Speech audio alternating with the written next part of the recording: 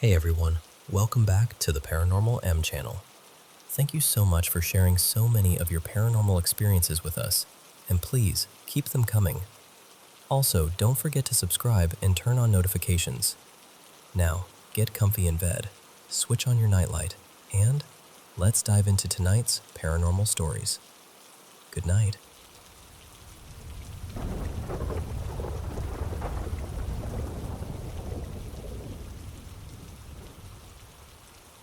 I wanted to share something that happened to me because, honestly, it felt so unusual that I still don't quite know what to make of it.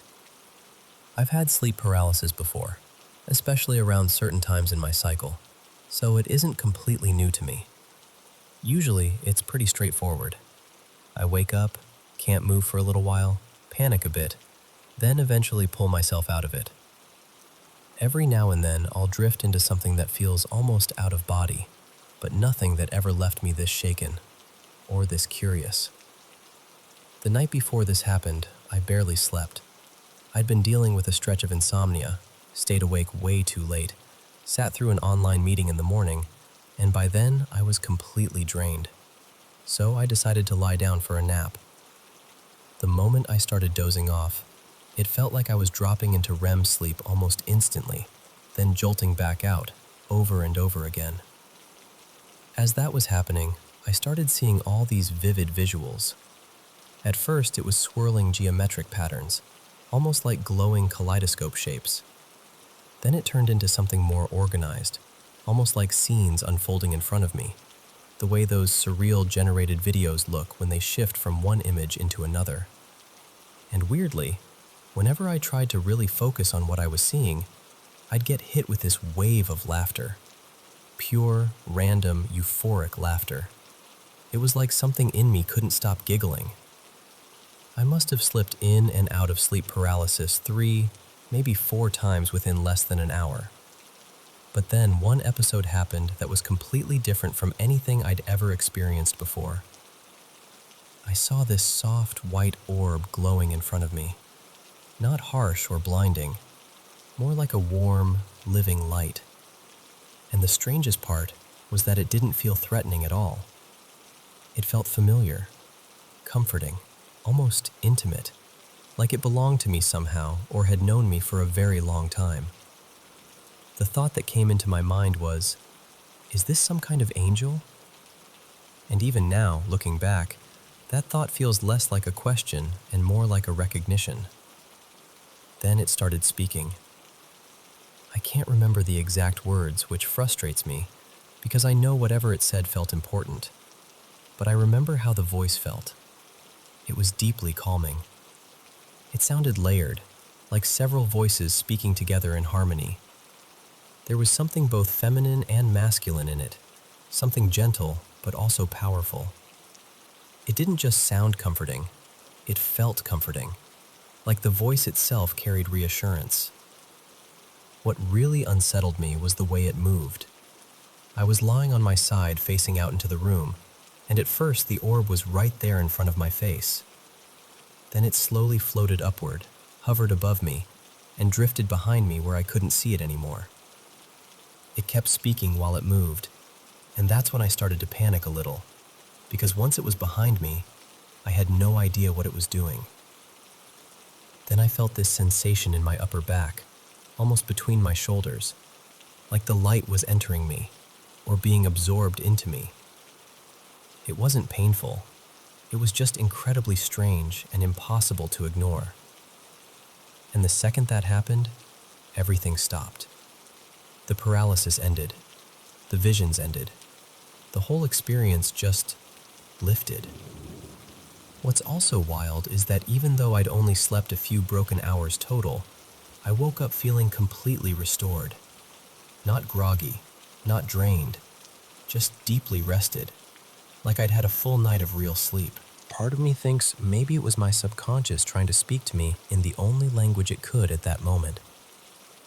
Maybe it was my mind processing something profound and turning it into this vivid, symbolic experience. Or maybe it was just one of those rare sleep paralysis episodes that felt unusually peaceful instead of terrifying. I don't know exactly what it was, I just know it felt meaningful.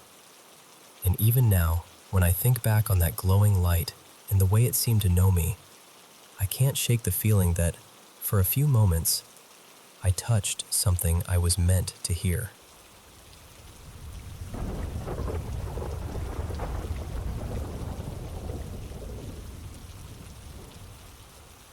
So this happened when I was around 22.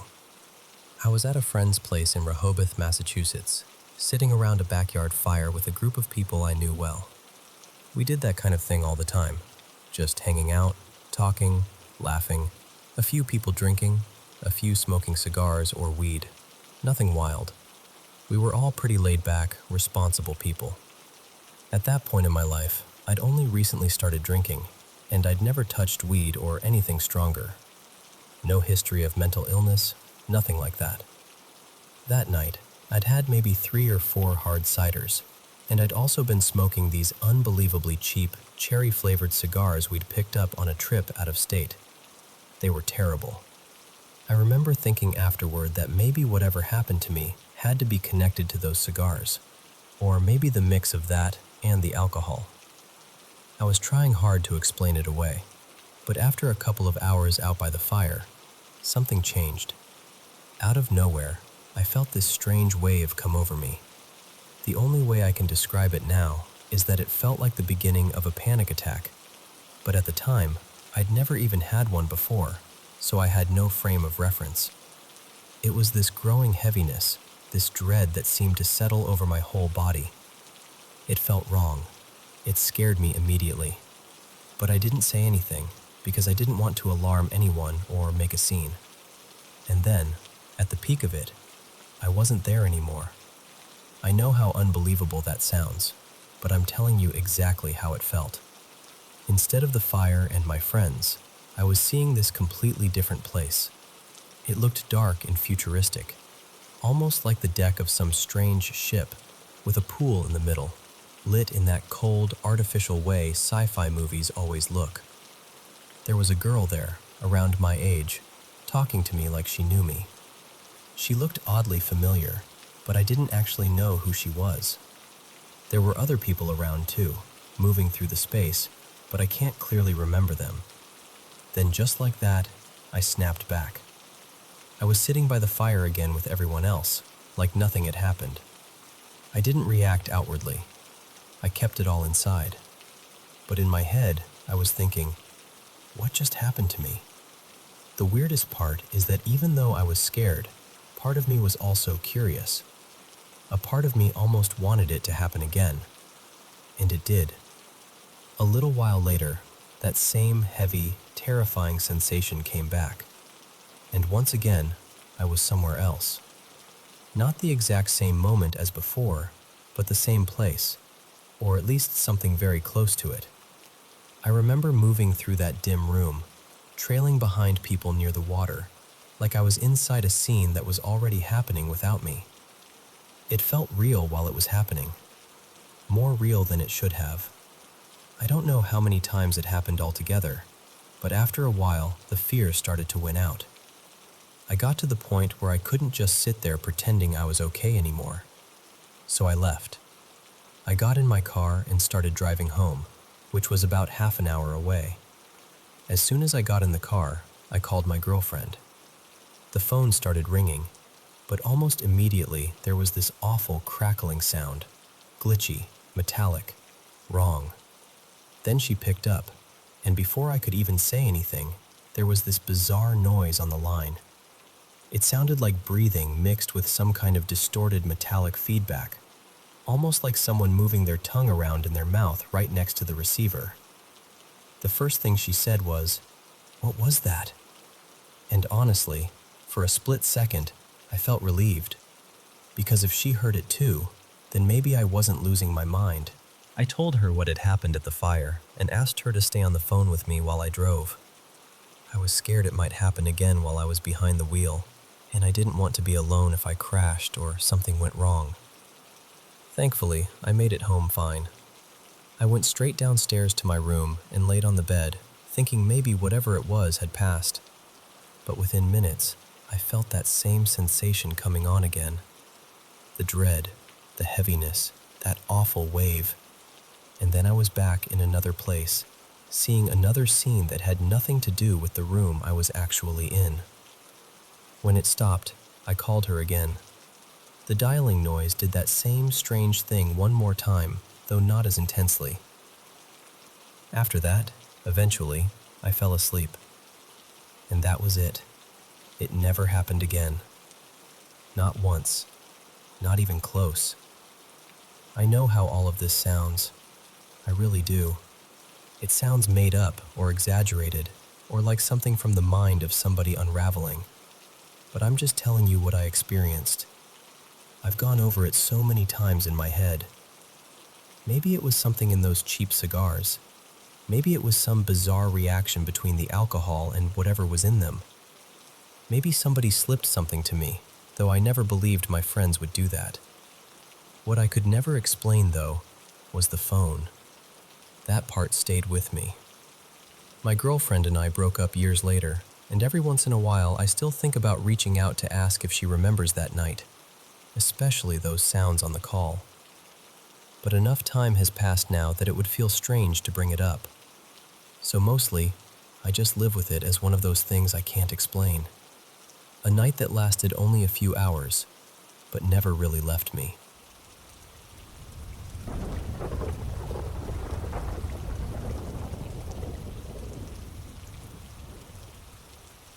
I don't really know how to explain this without sounding dramatic, but I've been carrying it around for a while, and I think I finally need to say it out loud.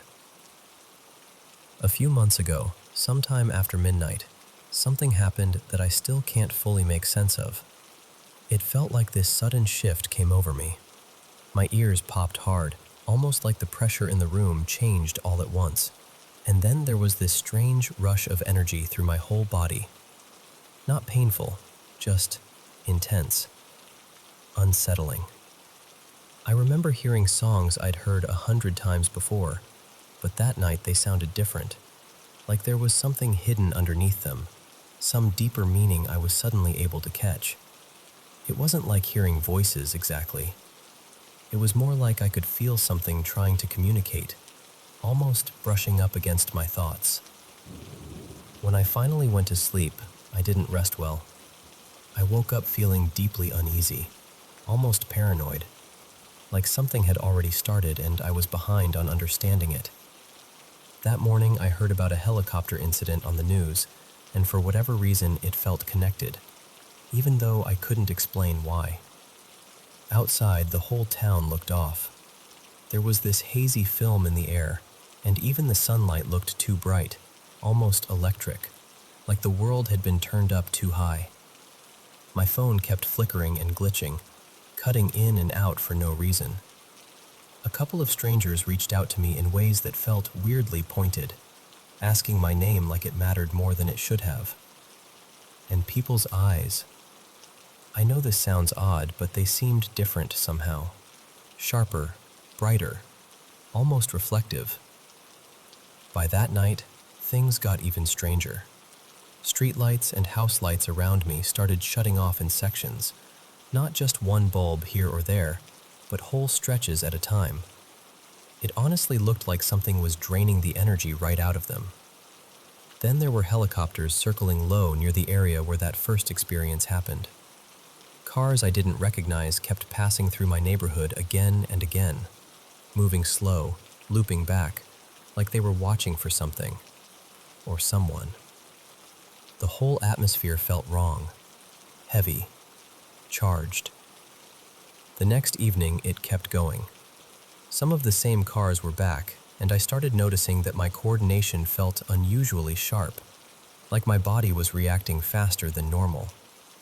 Later, right before bed, my cousin Mara and I heard rustling outside the house. We checked, and there was nobody there. We moved into the bedroom, trying to ignore it, but then the same sound started again just outside the window. That was the moment it really sank in that this didn't feel random anymore. For several days after that, I couldn't shake the feeling that I was being tracked or hunted by something I didn't understand. Maybe not just people, maybe something beyond that. or people who knew more than they should. At the same time, I felt weirdly heightened, like my awareness had expanded. I was noticing patterns everywhere, picking up on things I would have normally missed, seeing connections that felt hidden in plain sight. Then, little by little, it stopped. That's almost the hardest part. It didn't end with some answer or clear event. It just faded. And ever since then, I've been left trying to figure out what actually happened.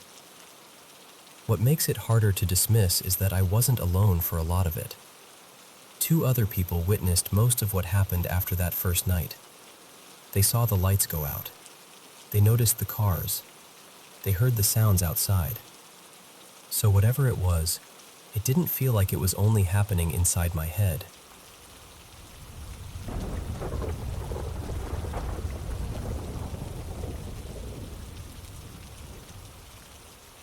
I've had vivid, unsettling dreams for as long as I can remember, going all the way back to childhood.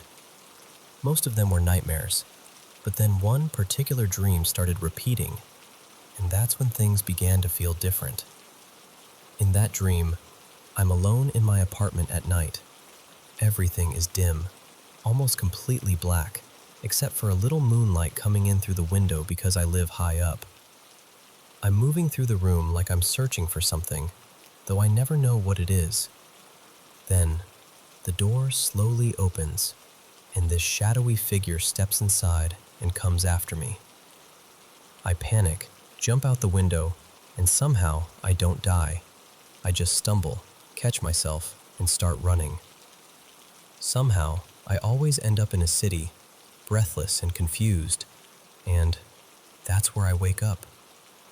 That same dream came back again and again for nearly 3 years.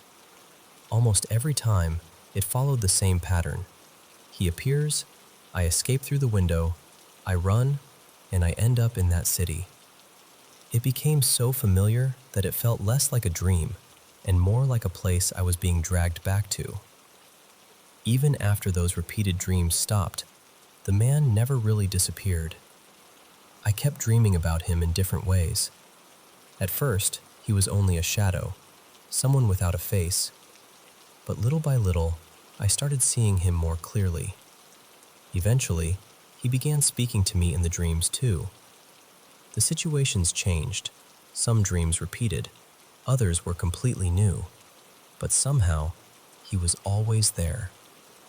There was one dream where he appeared much younger, maybe around 16 or 17. In that one, he was sitting quietly in a chair at a crowded gathering. He wore a green and white striped shirt, and what stood out most was how clear he looked compared to everything else. He had long, heavy, wavy brown hair falling over his forehead, and very dark eyes. The strange part was that the room was full of people, but I couldn't make out a single other face. His was the only one I could see. Before that, though, I had already seen him as an adult in other dreams. Back then, he felt angry, like he was carrying something intense toward me. Whenever he looked at me, I felt this sudden force, like something yanked me sharply backward, and I'd wake up immediately. That younger version of him only showed up once or twice. Most of the time, he appears older. In the dreams I've had over the last several years, he usually looks the same.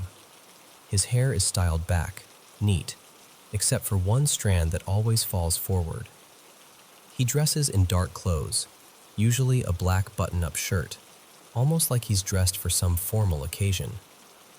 Once, and only once, I saw him with a scar on his face, something like a burn mark stretching from near his ear across the bridge of his nose and down toward his cheek.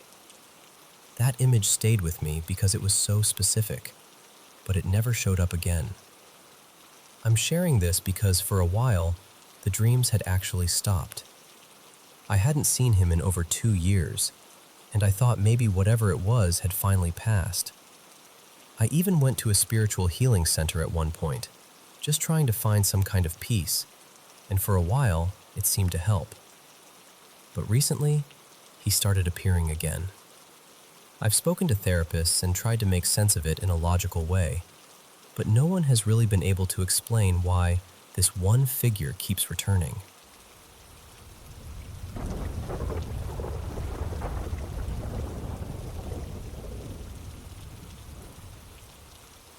So this all happened over the span of maybe a month, and even now, when I think back on it, I still get that same feeling. It started one evening when I was out playing basketball with 3 friends at a local rec center near my neighborhood. I'll call them Jake, Sarah, and Mariah. While we were there, this dog wandered up to us. No collar, no owner in sight, but it didn't look starved or injured. It actually looked pretty well taken care of, which made it even stranger. Mariah immediately got worried and said we should take it to the shelter. I didn't love that idea because I kept thinking about how animals can end up getting put down if nobody claims them. But she felt strongly that we had to do something. By the next day, she'd made flyers, and since it was my area, I helped everyone figure out the best places to hang them up around the parks and neighborhood streets. By the time we finished, it was late. We stopped at one last corner and put up the final 2 flyers. Then we all got back into Mariah's car, trying to decide where to go eat. Mariah was driving, Sarah was in the front seat, and Jake and I were in the back. Everything had gone quiet for a second when Sarah suddenly said, really softly, "Is that a head?"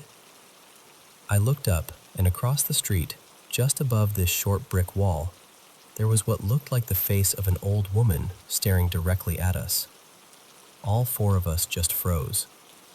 And then something happened that I still can't explain. Her face seemed to flicker with light, almost like strobes passing over it. Not bright, not like lightning exactly, just this unnatural shifting light. The weird part was, there was nothing around that could have caused it. No passing car, no flashlight, nothing.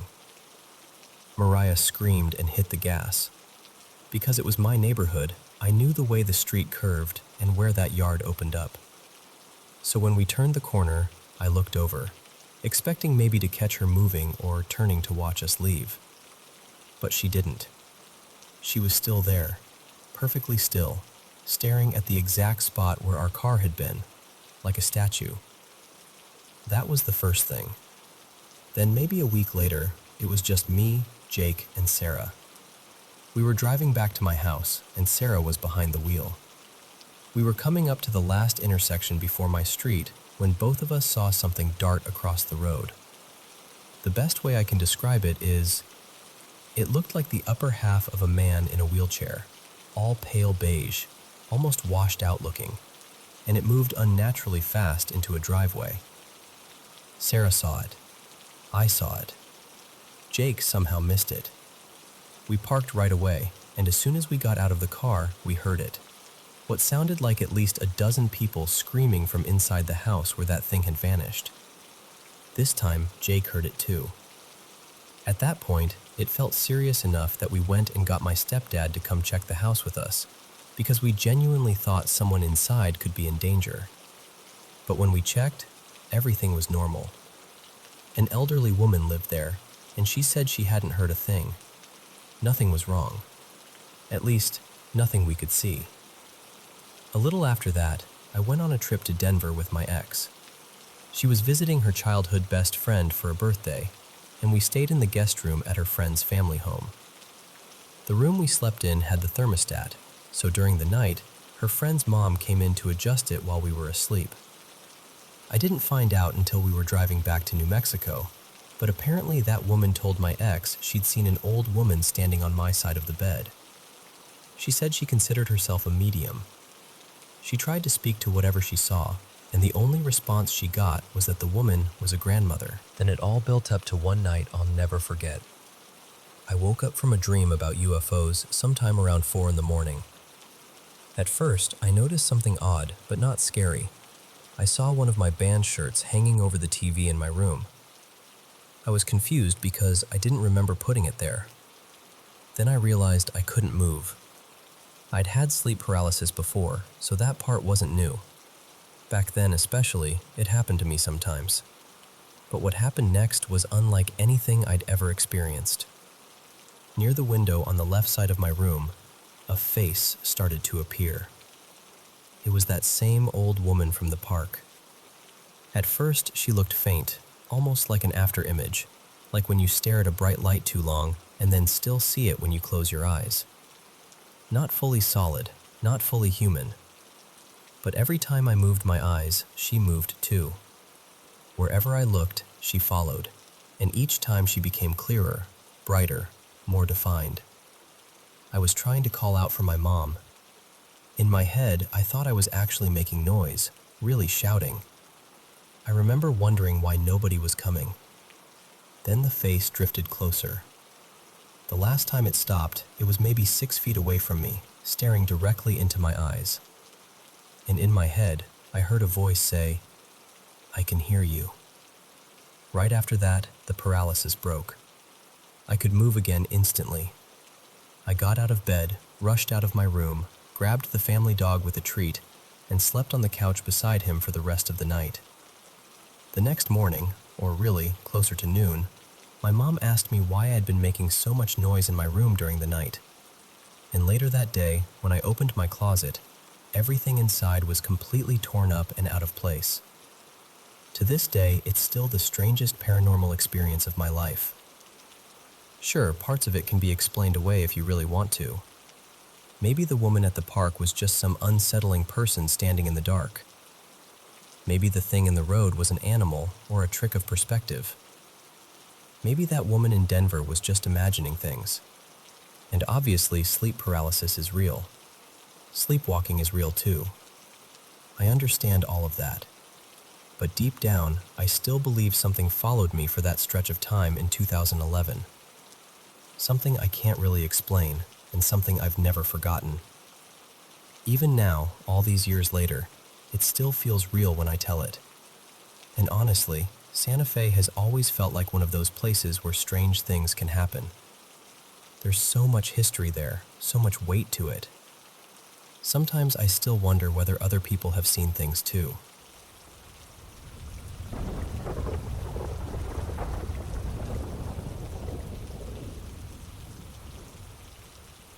Hey everyone, I was talking with my sister recently about the strange things that happened to us growing up in our old house, and the memories still give me chills.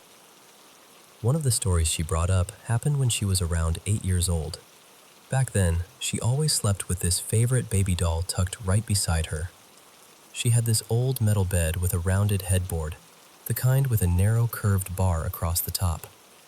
It was so thin and awkward that you could barely balance anything on it. Well, one night she woke up and noticed the doll wasn't lying next to her where she had left it. Instead, it was perched right on top of that curved headboard, just sitting there like someone had carefully placed it.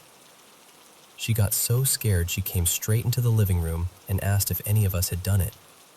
But nobody had touched that doll. My own experience happened a few years later when I was about 15.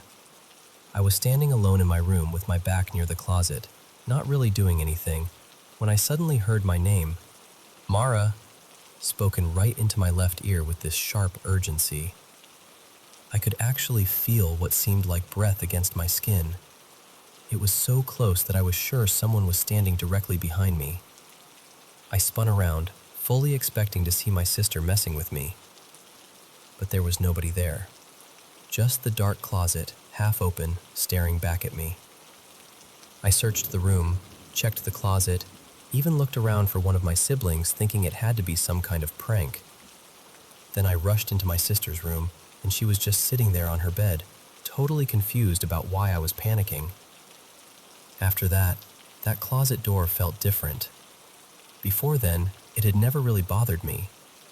But once I heard my name like that, I couldn't look at it the same way again. Still, for some reason, I didn't start closing it at night. I slept on the side of the bed that faced it directly.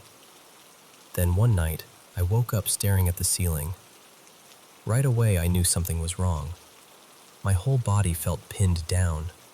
My arms were at my sides, but I couldn't move them, couldn't move anything. It was my first time ever experiencing sleep paralysis, though I didn't understand that in the moment. I was terrified, and then it got worse. I started to feel myself rising. I know how unbelievable that sounds, but it honestly felt like my body was floating upward toward the ceiling. My vision got closer and closer to it, and I could feel this awful pressure, like I was trapped inside my own body and something else had taken control. I was trying so hard to move, to snap out of it, but I couldn't. I stopped when my face felt just inches from the ceiling. I remember silently begging over and over for whatever was happening to just let me go and put me back down. After what felt like forever, probably only a few seconds, I slowly started lowering back toward the bed. But before I fully settled, I looked ahead toward the closet, and there was this tall, shadowy figure, halfway visible behind the closet door, just watching me. The second I noticed it, I felt myself being pulled in that direction. That was the part that really broke me. I was fighting as hard as I could to move, to wake up, to do anything. And just as I felt like my feet were getting close to the closet, I finally jolted awake. At one point, when I was younger, some paranormal investigation group even came to our house. They said they picked up on the presence of an older man. Now, I don't know what to make of that. I'm not someone who believes every spooky story without question, and I usually look for a rational explanation first. But those experiences, I still can't explain them. And honestly, I'm not sure I ever will.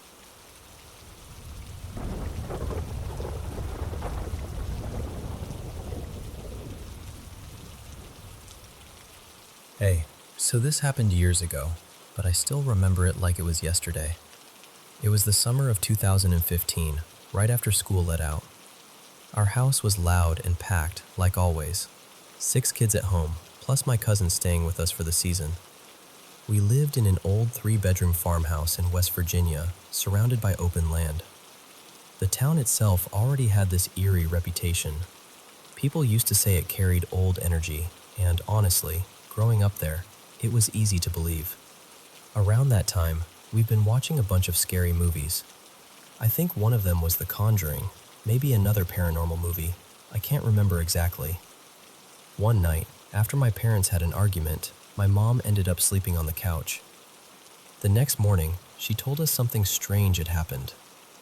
She woke up freezing cold, which made no sense in the middle of a humid summer with no air conditioning, and the blanket she'd been using was somehow dragged halfway into the kitchen, tangled around one of the chairs. My younger sister laughed it off, but I didn't. That story got under my skin. My grandma was deeply religious, and she used to warn us that dark things could enter your life if you opened the door to them. So of course, being a teenager, my imagination took off with that. That night, all my siblings had taken over the living room floor, so I slept alone in this tiny room that used to be my grandfather's office. We had squeezed a bunk bed in there, and I usually slept on the bottom. Before I fell asleep, I remember whispering, "Grandpa, if that's you, give me some kind of sign." He had passed away years earlier, and I guess I was hoping for comfort. Nothing happened that night, but the night after that, everything changed.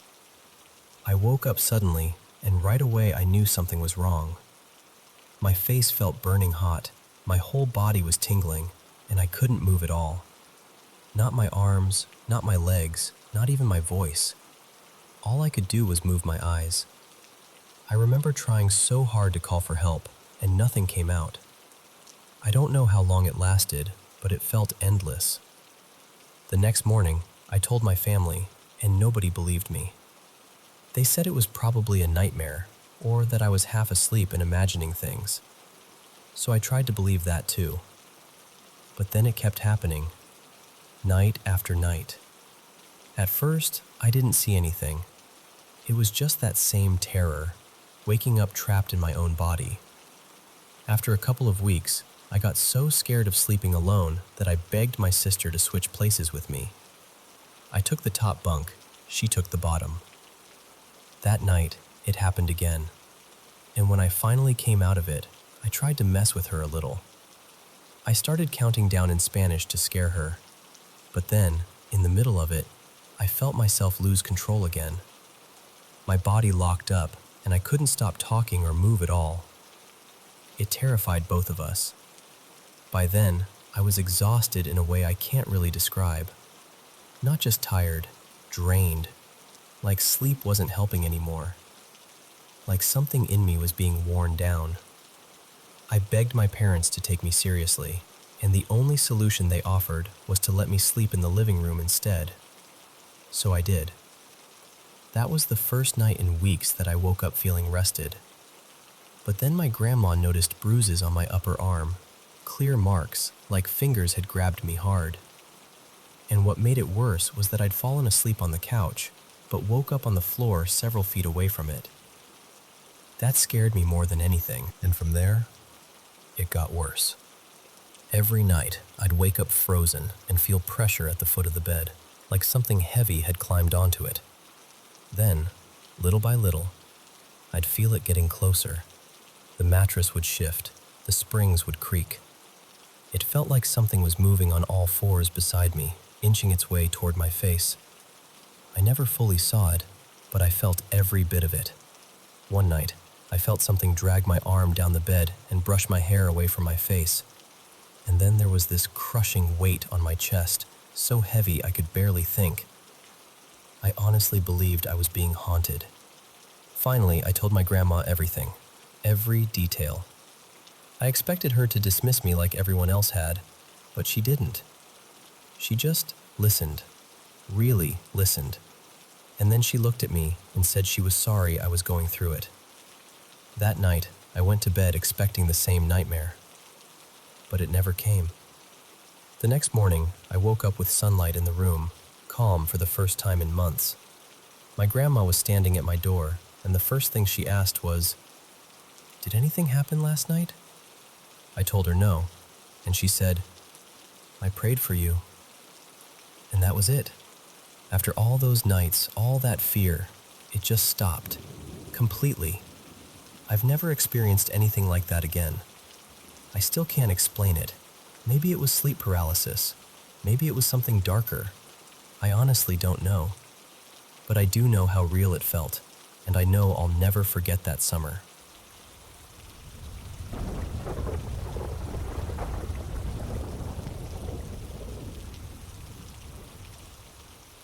I need to tell you about something that's been sitting with me for a long time, because even now, I still don't fully know what to make of it. My old best friend, Jame, died in December 2024. He was 26. I believe it may have been suicide, but his family never confirmed anything, so I've been left with that uncertainty ever since.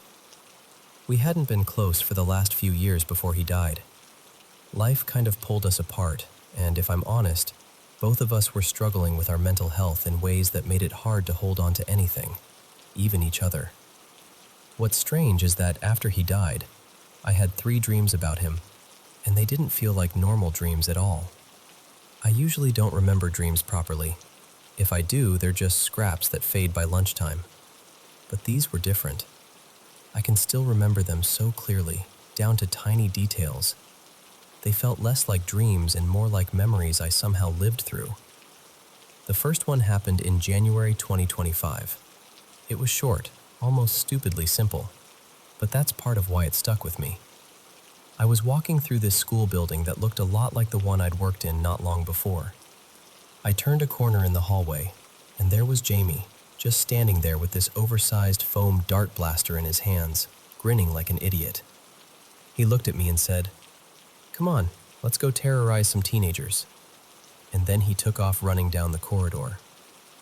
I remember laughing and immediately following after him, and then I woke up. At the time, I didn't think much of it. I just thought maybe my brain was giving me something gentle, something familiar. One last ridiculous moment with him. The second dream was in March, and that one felt much heavier. I was sitting in what looked like some kind of waiting area, maybe in a hospital or a care facility, somewhere quiet and too clean. There were plastic chairs, pale walls, a a little table between us. A staff member brought Jame out to see me, and we sat together for what felt like hours. We talked about everything. Old memories, stupid jokes, the kind of things you only share with someone who once knew you inside out. And I remember so clearly that he apologized. He told me he was sorry he left when he did. That alone would have been enough to shake me, but there was something else in that dream that really bothered me. The woman who brought him in. She was older, heavy-set, with short gray curls, and she stood on the other side of the room, just watching us. Not in a normal way either. She felt wrong, almost like she was pretending to be human rather than actually being human. Her eyes were intense, like she wasn't looking at me so much as through me, into me. I can't explain it better than that. Eventually, she said it was time for Jame to go back, and she led him away. Then I woke up. That dream stayed with me for days. Then there was the third one, in May 2025, and that's the one that really unsettled me. It started off almost sweet. I met Jame in a little bookshop.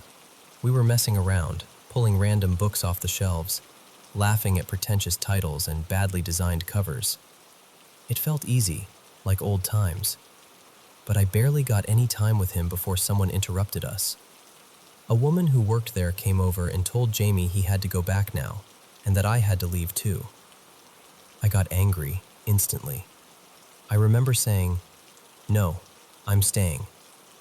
And then everything changed. At one point, she bent so far down toward me that it felt like she wasn't speaking to the version of me in the dream anymore.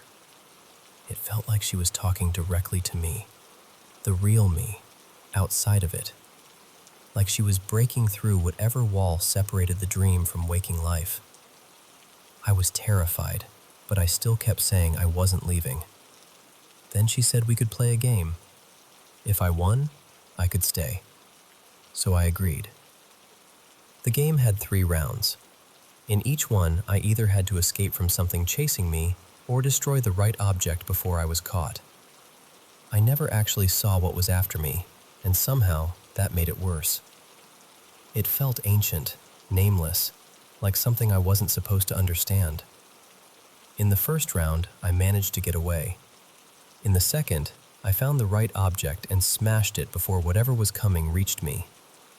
Then, while I was waiting for the third round to start, someone handed me a note. I can still picture the words on it. It said, "Nothing good will come from you winning. We're ending this now. Leave." And right after that, I was forced awake. When I woke up, I had this splitting headache that lasted the rest of the day. Nothing helped. Not painkillers, not food, not water, not going back to bed. It just sat there like the dream had followed me out. The first 2 dreams felt comforting in a strange way. Whether it was really Jame reaching out, or just my mind trying to give me some peace, I could live with that. They felt gentle, like maybe, somehow, everything was okay. But that third one didn't feel gentle at all. That one felt like I went somewhere I wasn't supposed to go.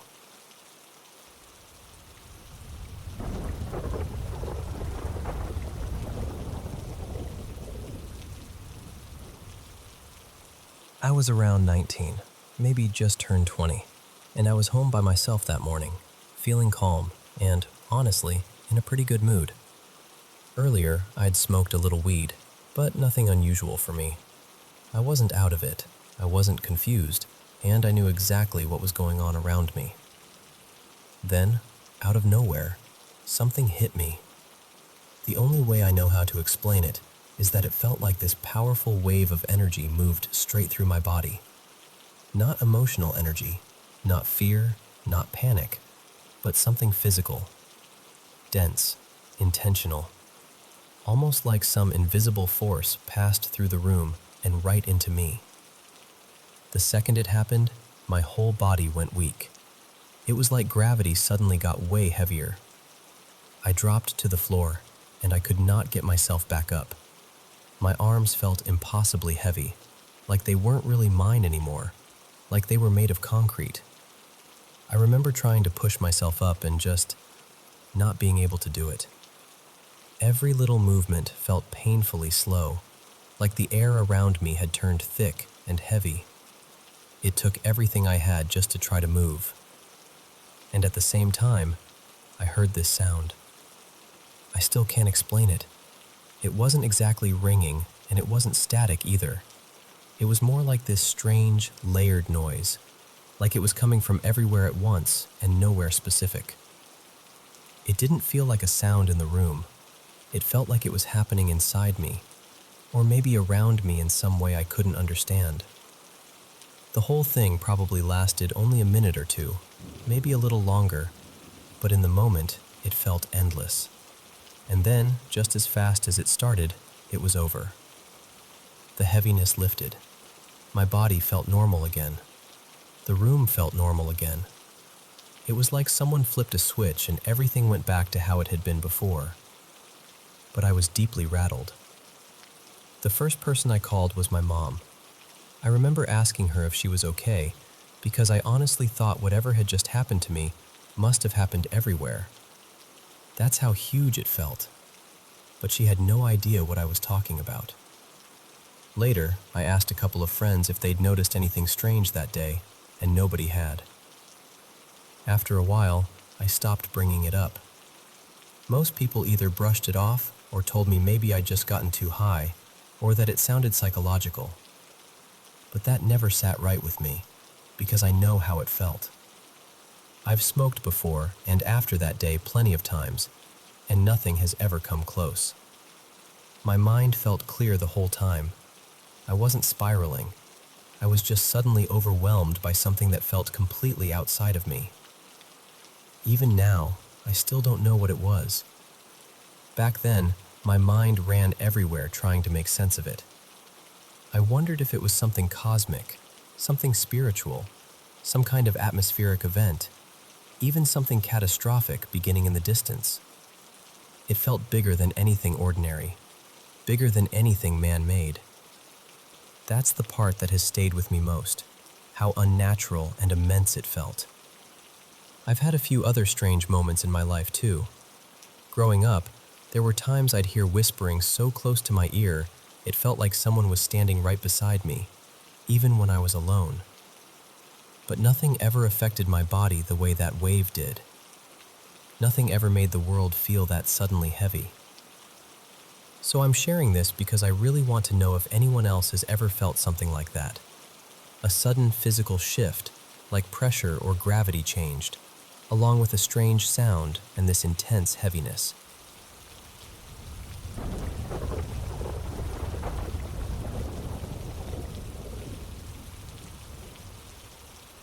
I still don't fully know how to explain this, and honestly, even now, I'm not sure what I believe about it. This happened years ago, when I was living in a college residence hall. One night, I just could not sleep. I kept drifting off and then waking up again and again, like my body was tired, but my mind refused to settle. After a while, I gave up trying. I got out of bed and felt this strange urge to leave my room. I couldn't have told you where I was planning to go or what I thought I needed to do. I just felt pulled to step outside. So I did. The second I walked out, I ran into a guy I knew from the floor above me. His name was Ethan. He was heading back to his room for the night. We exchanged a quick hello, nothing unusual, just a normal passing moment. But right after that, the feeling that had pushed me out of my room disappeared completely. I turned around, went back inside, lay down, and fell asleep almost instantly. That's when the dream started. I was standing in this bright white space, and there was a woman there with me. She didn't speak, not once, but somehow I could feel what she was trying to communicate. Her face was full of emotion. She looked distressed, almost desperate, like she was asking me for something. I remember trying to respond, not with words exactly, but with thought. I was telling her I didn't understand, that I didn't know who she was, and that I didn't know how to help. It went on like that for a little while, this silent exchange, and then suddenly, everything went black. And then I heard it. This sharp, crashing sound, like thousands of tiny bells all ringing at once. It was so loud and so vivid that it snapped me awake. I sat straight up in bed, heart pounding, and the sound slowly faded as I looked around the room. I even checked outside the window, trying to figure out where it could have come from, but the whole campus was, and still. I was shaken, but eventually I lay back down. Then the dream came again. Same white space, same woman. She was facing me, and this time I understood a little more. She still wasn't speaking, but I could feel her fear and her sadness more clearly. What I got, more than anything, was that she didn't want to leave. She wanted to stay. Stay where, I couldn't say. I just knew that was what she was trying to express. And again, I kept trying to tell her that I didn't know what she wanted from me, that I didn't know how to do anything for her.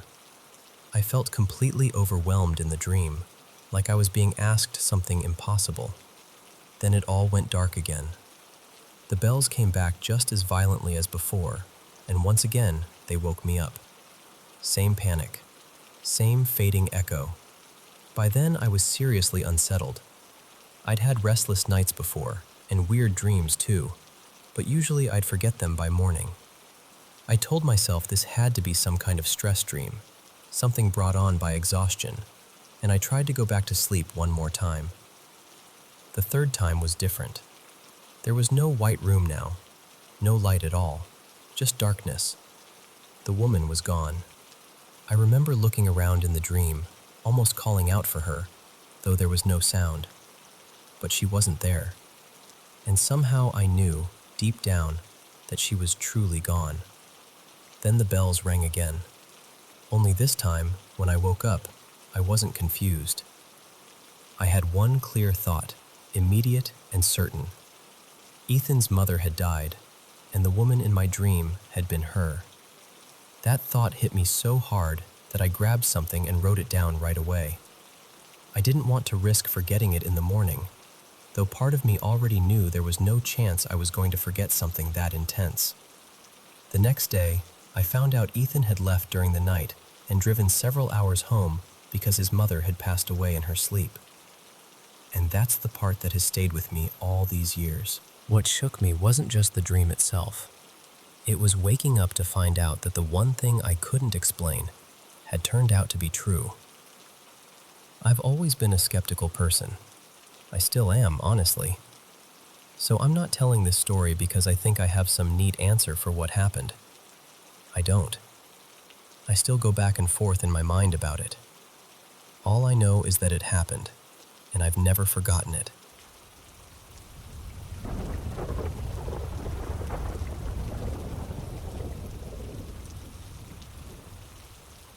So, there's this tiny little town up in far northern Montana, tucked along a river not too far from Glacier National Park and pretty close to the Canadian border, where I've had a couple of experiences I still can't really make sense of. My boyfriend Ryan and I go up there whenever we can in the summer. We're both really into fly fishing and rafting, and honestly, it's one of our favorite places in the world. It's unbelievably beautiful.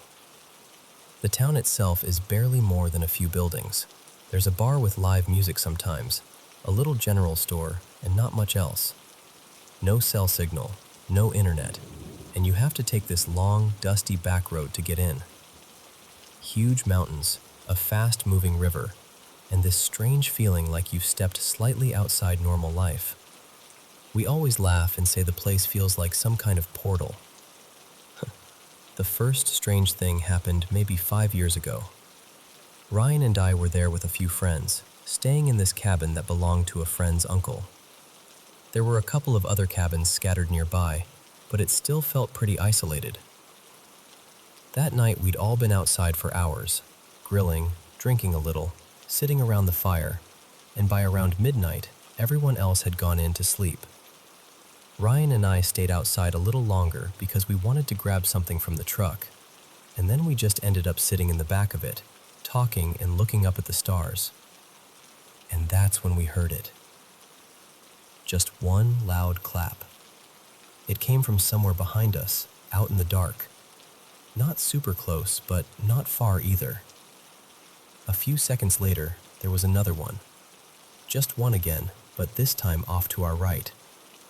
Then another from the left. They weren't random. They weren't close together like branches snapping or people messing around. Each one was spaced out, deliberate, and every single one came from a different direction. Then another clap came from behind us again, only this time it was closer. I remember both of us going completely still. We didn't even really look at each other at first. We were just listening. Then there was another clap, and somewhere nearby a bunch of dogs started barking. That sound made it worse somehow, because it confirmed we weren't imagining it.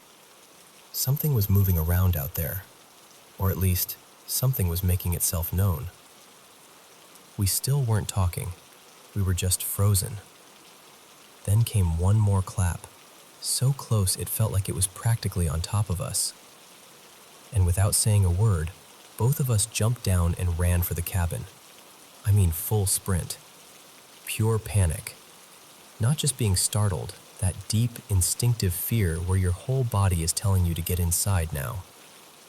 We got through the cabin door, slammed it shut, and almost immediately heard one last clap from the trees right outside. Maybe 15, 20 feet away. I still get chills thinking about that. Then the second thing happened last summer. We were back in the same area, but this time camping maybe 10 miles farther down the road at this quieter riverside spot where we'd been floating during the day. There were probably 6 or 7 of us total, spread out in a few tents. Not far from us, there was a man staying in a camper van. He seemed nice, and we chatted with him for a bit earlier in the evening. At one point, he mentioned he'd served in the military. I think he said the Air Force. At first, I thought it was just a shooting star. But then it stopped. It literally stopped. And then it got brighter, like suddenly, sharply brighter. Flashed, hovered there for a second, and then shot straight upward at this unbelievable speed and disappeared. The second it happened, people all over our campsite started yelling, "Did you guys see that?" So I knew right away it wasn't just me. The guy in the camper van came over too, visibly shaken, saying he'd seen it clearly. And then he told us that wasn't even the first time. He said he'd seen the same kind of thing at that exact campsite twice before. That honestly made the whole thing hit even harder, because he didn't come across like someone trying to tell a spooky story. He looked genuinely rattled. Later on, we saw Starlink satellites crossing overhead, and those were easy to recognize. Totally different.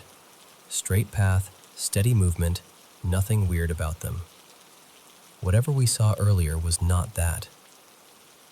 Then maybe a few weeks later, Ryan and I were back in town at the bar listening to live music. We got to talking with one of the musicians between sets, just casually chatting about the area. At some point, the campground came up, and we still hadn't told him anything about what we'd experienced. And out of nowhere, he goes, "That campground's gorgeous, but every time I stay there, I see UFOs." Ryan and I just stared at him. We also have a friend who works in the glacier area, and they've mentioned seeing, or hearing reports of, unmarked government vehicles heading out that way more than once, which only adds to the weirdness. I don't know what any of it means. I really don't. Maybe there are explanations for all of it, but I can tell you this. Both experiences felt real, and they've stayed with me. We're planning to go back again in July, and I have a feeling I'll be paying very close attention the whole time.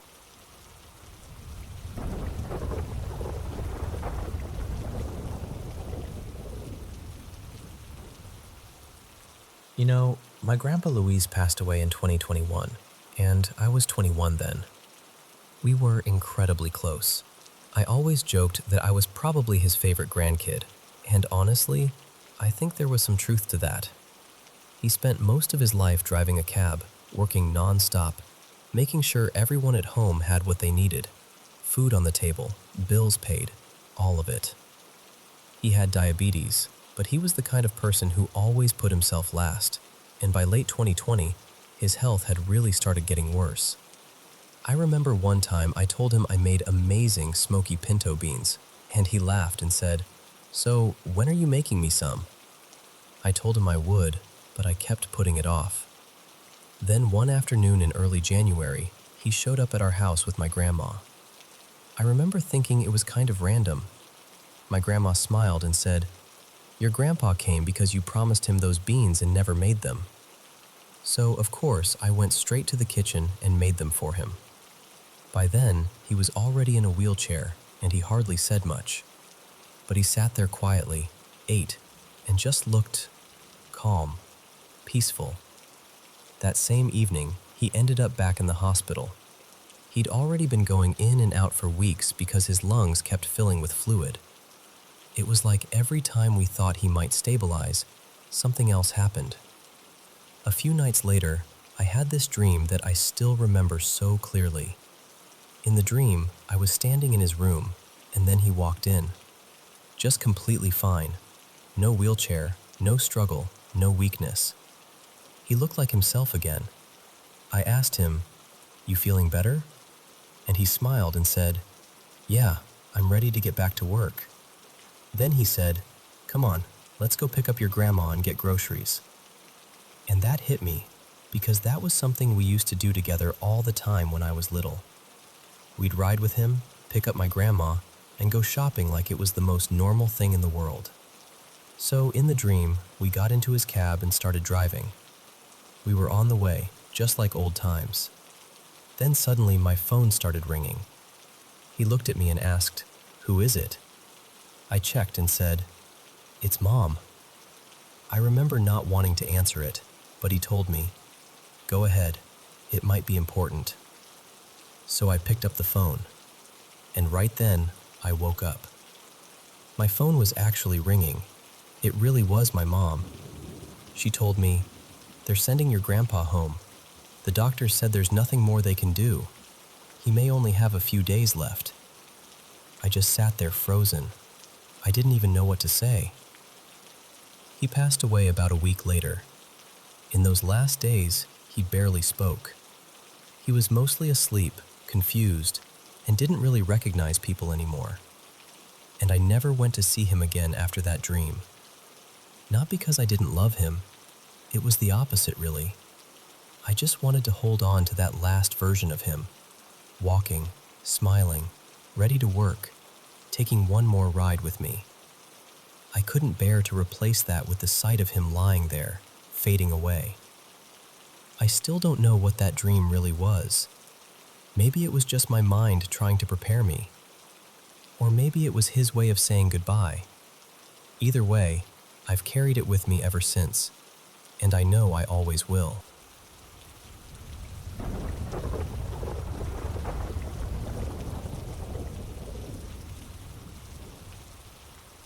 I've never really stopped thinking about this. And maybe saying it out loud now is the only reason I can still carry it.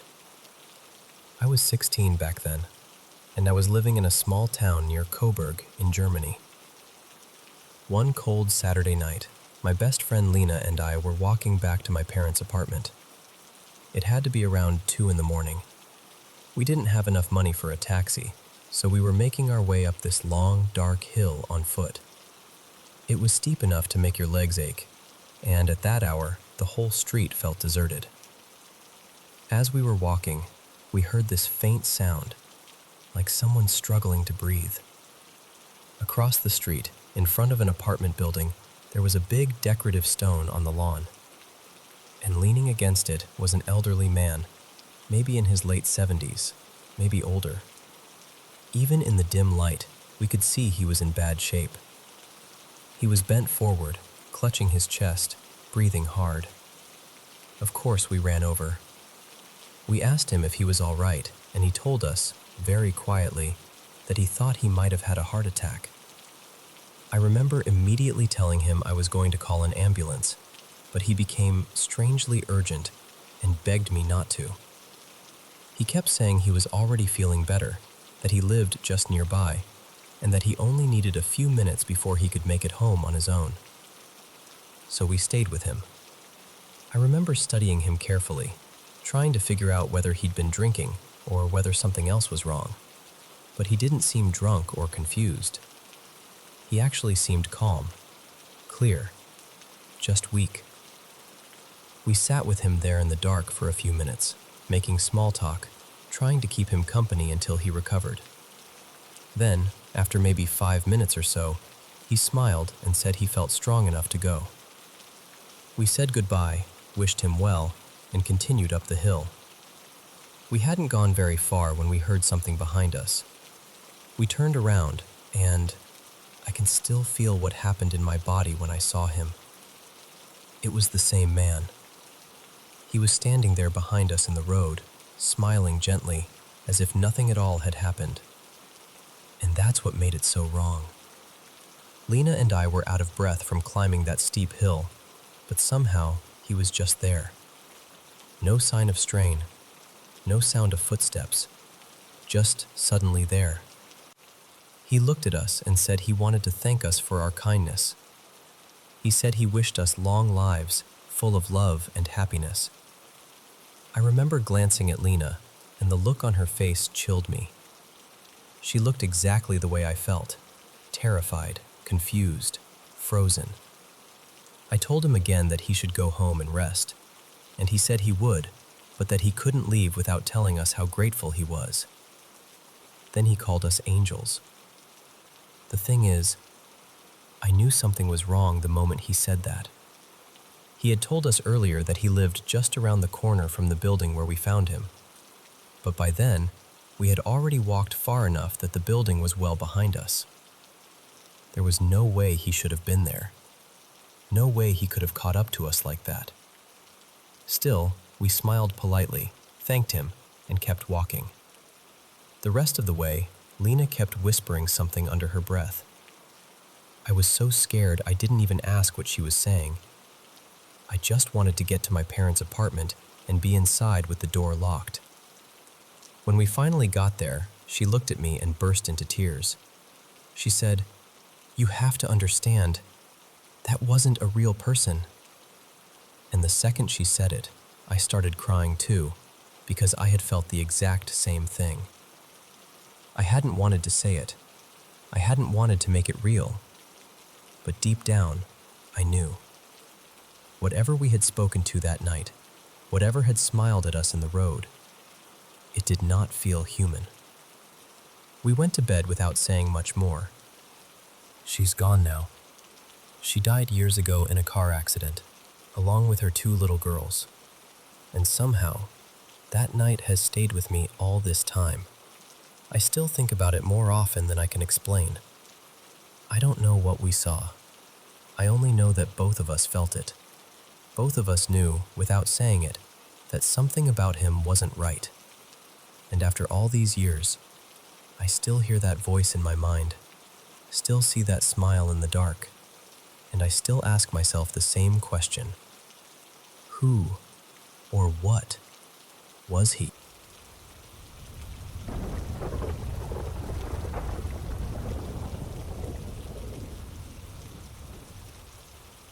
I was around 9 when this happened, back in 2016, not long after my dad died. That year really broke something open in me. I was living with my mom and my stepdad in a small apartment, and I had my own room.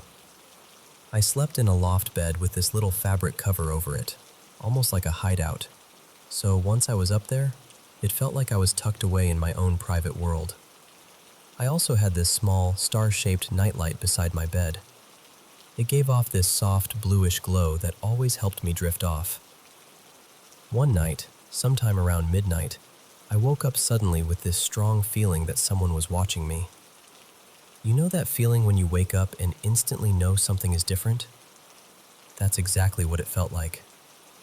So I pushed myself up a little and looked through the opening in the cover around my bed. At the far end of the room, I saw this dark figure standing there. It looked like a person, but not fully. It was wearing what seemed like a long, dark coat and a brimmed hat. I couldn't make out any face or features at all. It was just this deep black shape, like all I could really see was the outline. I stared at it for what felt like forever, though it was probably less than a minute. And then I noticed it was coming closer. Not walking, not stepping, just gliding toward me. And the strangest part is, I didn't feel terrified. I know that sounds unbelievable, but I didn't feel panic. I didn't scream. I didn't hide. Instead, I climbed down from my bed, knelt on the floor, and pulled out a box of toy cars from under the bed. Somehow, in that moment, it felt completely natural, like I was with someone I already knew. We played for a little while, quietly, and then I climbed back up into bed and fell asleep. What stayed with me most was how safe it felt. Not scary, not threatening, just familiar. The next morning, I told my mom everything. At first, she thought maybe I'd had a vivid dream, but I think she saw something in my face that made her stop dismissing it. I remember still feeling unsettled, even though the presence itself had felt comforting. She told me she believed it might have been my dad visiting me, like a spirit watching over me.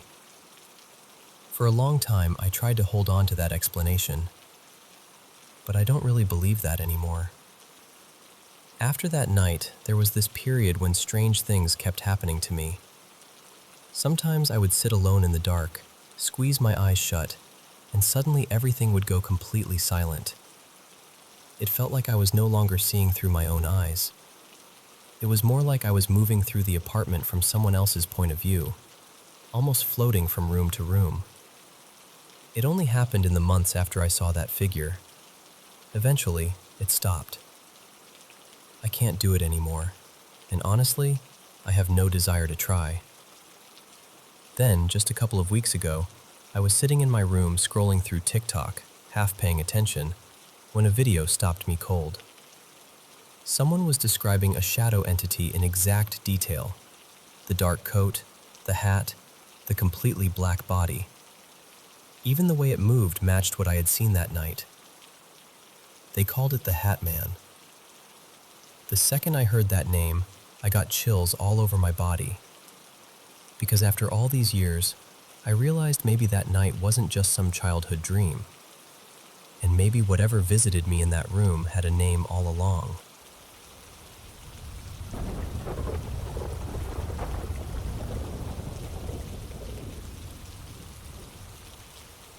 I need to tell you about something that happened a few years ago, because even now, I still can't fully explain it.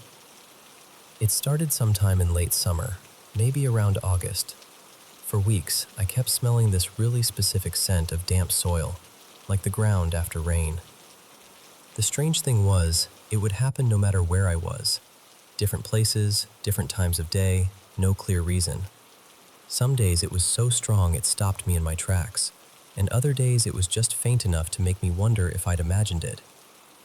But it kept happening, almost every day, for about a month. Then one night, I had this dream that felt way too vivid to be random. I was on a boat in the middle of the night, out on this dark but peaceful water. My mother was there, and my younger sister too, but in the dream, my sister wasn't the age she really was then. She was much younger, almost like a little child again. There were other people around us, but I didn't know them. At first, everything felt calm. Then, suddenly, everything turned violent. The boat was under attack, explosions everywhere, total panic. My sister, her name is Liana, was crying hysterically, and I grabbed her and held her as tightly as I could. I remember looking around desperately for my mother, but she was gone. I couldn't find her anywhere. In the middle of all that fear, I called my father and told him I couldn't find her. Honestly, I probably would have brushed the dream off and forgotten about it. But later that very same day, something happened that made it impossible to ignore. My mother was coming home from work when she got into a terrible car accident. The vehicle rolled several times. It easily could have killed her. Somehow, unbelievably, she survived with only minor injuries, just bruises and a few cuts. What shook me most was how closely everything that happened afterward matched the dream. A friend was the one who called and told me about the crash. I immediately phoned my sister. She completely fell apart, started crying, and ran all the way to my house. When she got there, she asked me to hold her, which was so out of character for her that it stopped me cold. It was almost exactly what I had seen in the dream. And then, right after that, I called my father to tell him what had happened so he could go to the accident scene, just like I had in the dream. And after that day, the smell disappeared. For a long time, I didn't notice it again. But eventually, it came back.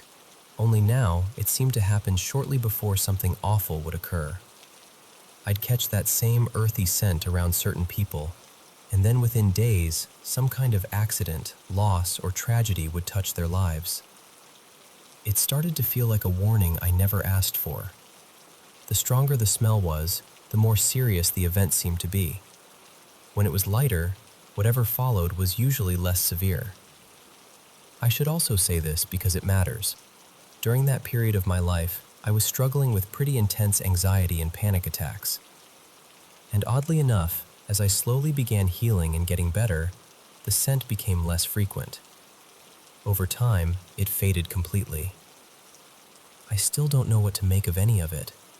Maybe it was stress. Maybe my mind was connecting things in a way I couldn't understand. Or maybe it was something else entirely. But it felt real when I was living through it, and I've never forgotten it.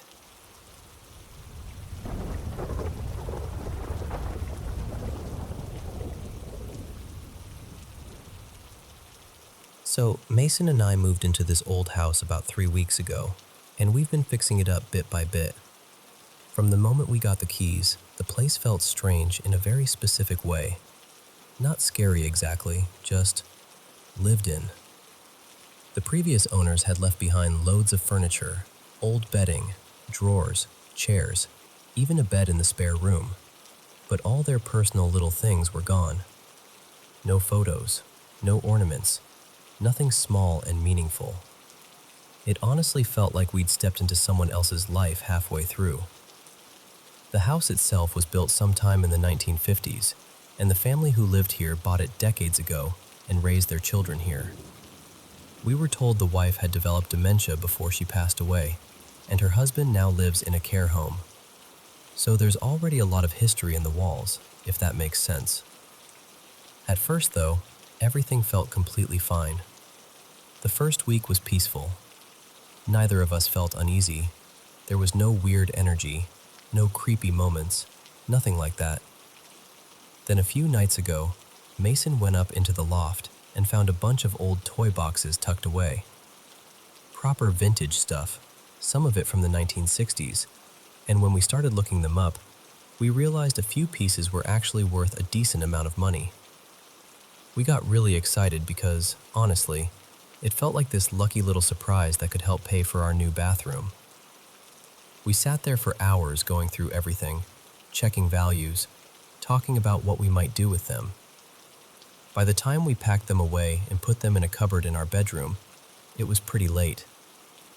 That night, just after I'd fallen asleep, Mason was still awake in the spare room sorting through some boxes when he suddenly heard the extractor fan switch on in the kitchen downstairs. He went down to check it, and for some reason used his phone torch instead of turning the light on. The second he pointed the light at it, the fan stopped. Then when he stepped closer, it started up again. It's one of those old extractor fans with a dial from 0 to 3, and when he checked it, the switch was sitting on number 2. He unplugged it, came back upstairs, and not long after that, he heard heavy banging on the stairs. That sound really stood out because we'd just pulled the carpet off the staircase the day before, so now every step is loud and creaky. There's no mistaking that noise. He got into bed after that, but then he started hearing plates and cutlery clattering in the kitchen. After that came this steady tapping sound, moving from room to room downstairs. He said it sounded exactly like someone walking with a cane. Not random knocking, not pipes, not the heating, but something rhythmic, deliberate. He stayed awake listening to it until the early morning, and he told me that when I finally woke up around dawn, it stopped almost immediately. That morning, I rang my dad, because he's a vicar, and I told him everything. I asked if he'd come bless the house. He came over that evening, and we walked through every room together. We lit candles, said prayers, asked anything unsettled in the house to leave, all of that. It actually made me feel better at the time. Like maybe we were taking back control a bit. The next evening, we went to bed feeling so much better, almost proud of ourselves for sorting it.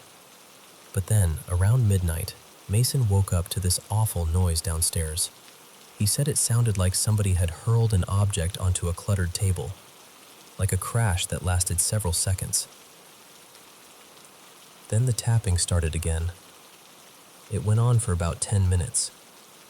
Then it happened again around 1 in the morning for another few minutes. What's bothering us most is that it only happens late, once it's fully dark. During the day, the house feels calm, peaceful even. Nothing feels off. But after about 10 at night, the whole atmosphere changes. And before anyone says it's pipes, Mason is a plumber and heating engineer, so he knows those sounds inside out. The heating is off when this happens, no taps are running, and he's certain it isn't anything mechanical. That's part of why this has got under our skin so badly. If there were a practical explanation, I think we'd both feel a lot better. The only thing that gives me even a tiny bit of comfort is our cat. He doesn't seem upset at all. He's completely relaxed. But then again, he's also ridiculously friendly and not exactly the sharpest creature alive, so I'm not sure he'd be much help as a warning system. What we keep coming back to is the timing. All of this started right after those old toys were brought down from the loft. That's the part we can't ignore. We've been wondering whether somehow it's connected to them, or maybe to the old furniture and belongings that are still in the house. There's still the previous owner's armchair, table and chairs, and that spare bed here for now because we're waiting on a permit before we can clear everything out. It's just hard, because this is our first home together. We were so excited to start this chapter, to make this place our own, and now instead of enjoying it, we're lying awake listening for footsteps and tapping in the dark. We feel a bit lost, honestly. We've prayed, had the house blessed, burned incense, spoken out loud, asked whatever it is to leave, and we still don't know what else to do.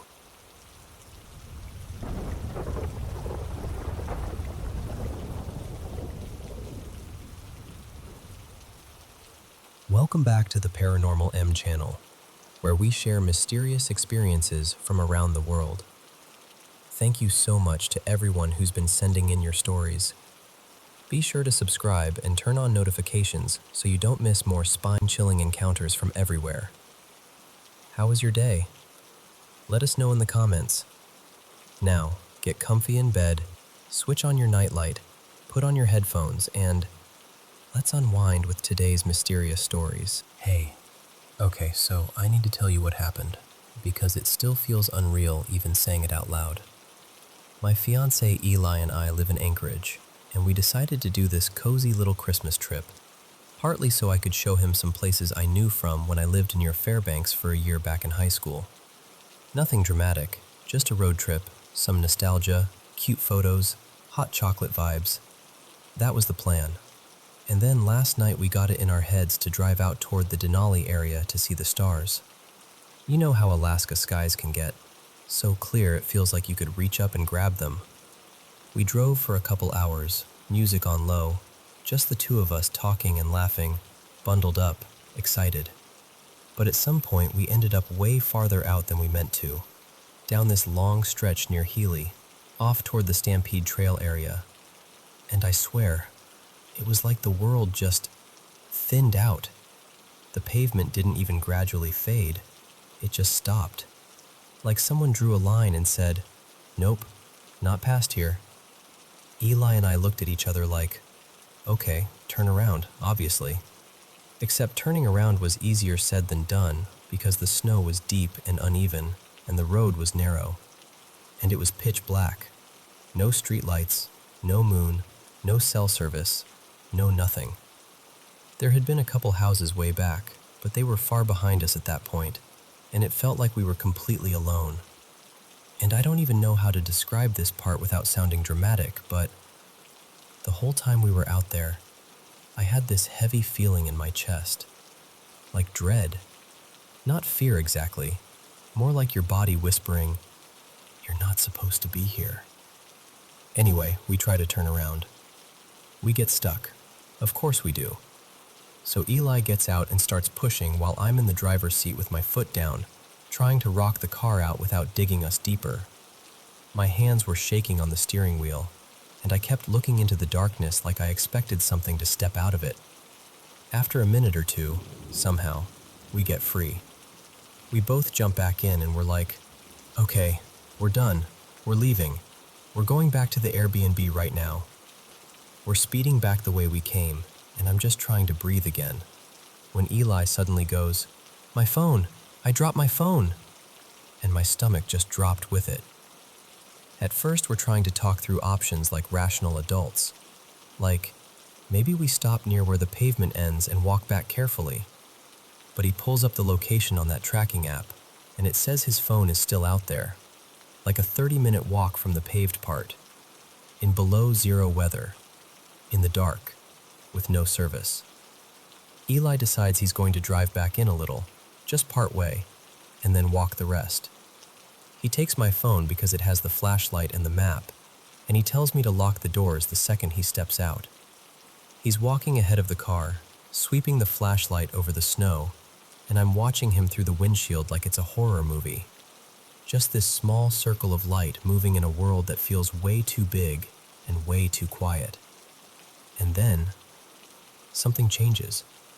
I see him whip the flashlight around, fast, like he heard something behind him. He starts scanning the ground frantically, like he's panicking, like he needs to find the phone right now. He spots it a second later, snatches it up, and then he just runs. Eli has asthma. I have never seen him run like that, not even close. He bolts back to the car, yanks the door open, gets in, locks it immediately, and we're gone. Tires crunching over snow, engine louder than it should be, both of us not saying a word for a long stretch. And he just goes, "It was cold." But he wouldn't look at me, and I could tell he was rattled in a way I hadn't seen before. We finally get back to the Airbnb, and it's quiet and warm and normal again, so I'm thinking, okay, we're fine. That was creepy, but it's over. We go to bed. And then I wake up at around 5 in the morning, and Eli is lying there awake with his phone flashlight on, just staring, not even pretending to sleep. I whisper, "What are you doing?" And he says, really quietly, "I'll tell you when it's light out." So now I'm fully awake, heart pounding, because what does that even mean? I keep asking him, gently, what's going on? And eventually he tells me he woke up around 3 because something was holding his ankle, like a hand. Not crushing it, just firm, like someone had decided, "I've got you." He said he froze, convinced he was still half dreaming, and then it stopped. He dozed off for a bit, and then he woke up again because he heard tapping. And not just in one spot. It moved, like it traveled around the room, along the walls, one side to another, all the way around. And one of the walls is literally an exterior wall. We're in a secluded area. It's not like there are neighbors inches away. He fell asleep again, and then woke up because something squeezed his forearm hard enough to hurt. He swears it was on top of the blanket, not under it. And when I checked, there were no marks. Nothing. Just his face. He looked like he'd seen something he couldn't explain. And then he finally says the part he hadn't told me yet. He says, "It started when I went out to find my phone." And I'm like, "What started?" And he tells me that right before he found it, right before he freaked out and ran, he heard a man's voice, right next to him in the darkness, like someone was standing shoulder to shoulder with him. and the voice said, "Did you find it yet?" I swear to you, the way he said it, he wasn't trying to scare me. He looked embarrassed and shaken and dead serious, like he hated even repeating it. And I need you to understand, neither of us are the type to spin stories. Eli doesn't mess around with paranormal stuff. He's practical, he's cautious, and I'm hard of hearing, and I don't sleep with my hearing aid, so if there really were tapping sounds, I wouldn't have heard them. But I also didn't feel or hear anything myself, which almost makes it worse, because it means whatever happened was focused on him. So now we're sitting here in daylight, acting normal on the outside, but everything feels off. Eli wants to end our trip early. He's genuinely freaked out. And honestly, I don't blame him, because I keep thinking about that empty road, the way the pavement just ended, the way the darkness felt like it had weight, and that voice, so casual, like it had been watching the whole time, like we were never alone out there. And I don't know what I think it was. I just know it didn't feel normal.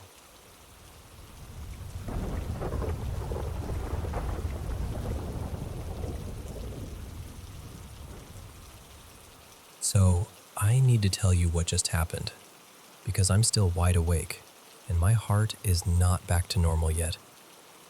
I jolted awake to this insanely loud sound, like, the only way I can describe it is that harsh, mangled animatronic-style noise from those creepy old horror game videos. It was blasting from the left side of the bed, right over near my brother Mason's little laptop setup. I glanced at the time, 4:05 a.m., and the sound just kept going. Somewhere between like 15 seconds to maybe 40. Long enough that I went from, "What is that?" to, "Oh my God, something is happening." It was loud enough that it didn't feel possible for anyone in the room to sleep through it. But Mason? Out cold, completely peaceful. And my uncle in the room across the hall, who's usually up ridiculously early. Nothing. Not a shuffle, not a cough, not even a, "Hey, what was that?"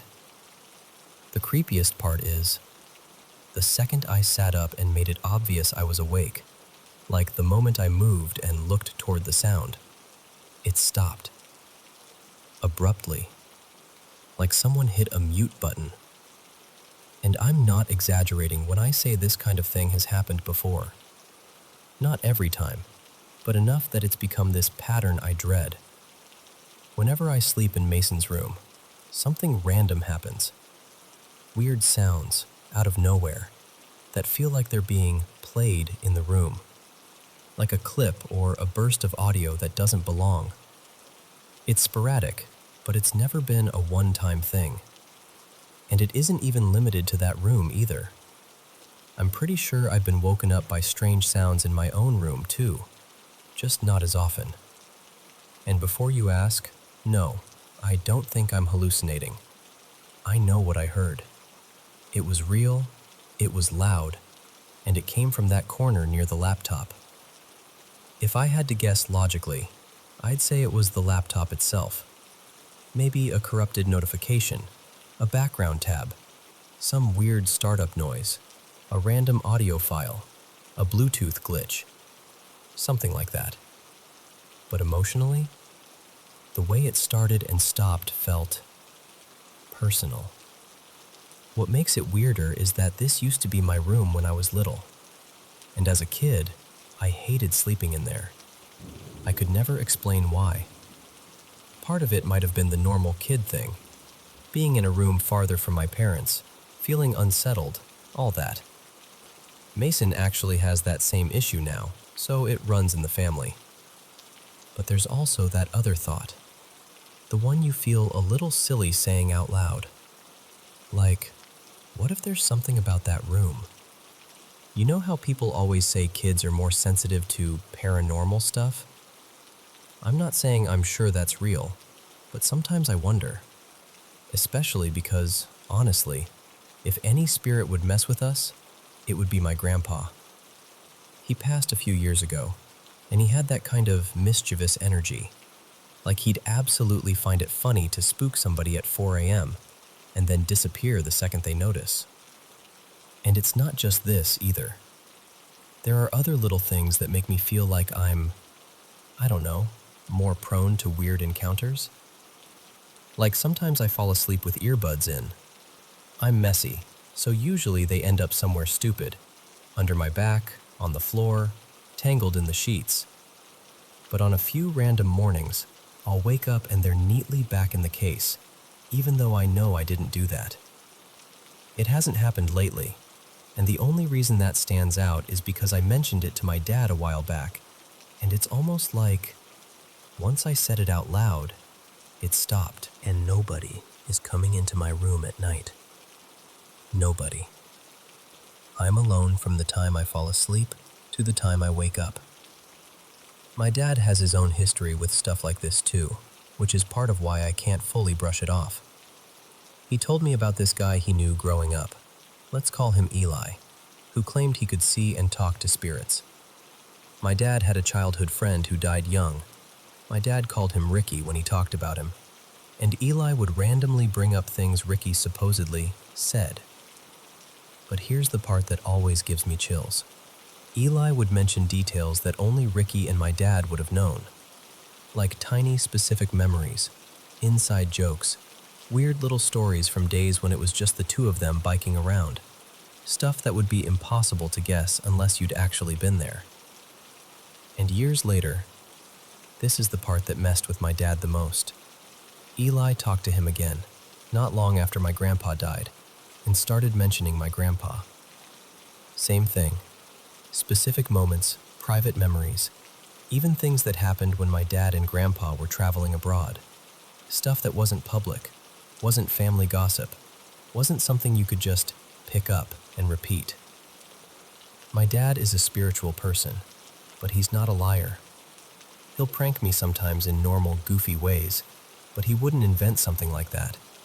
Not with that many details, not with that kind of sincerity. So I guess that's where my head goes when something like tonight happens. And now I'm back to the original question, the one I keep circling like I'm hoping it'll suddenly sound less insane. What on earth was that noise? A glitch? A random audio clip? Some weird laptop thing? A notification from some buried app? A speaker bug? A Bluetooth connection waking up? Or was it something else? Because it's Christmas morning, it's still dark outside, and I'm sitting here in the same room that's been creeping me out since I was little, and I'm telling you, that sound didn't feel accidental. It felt like it wanted me awake, and I would really, genuinely love an explanation.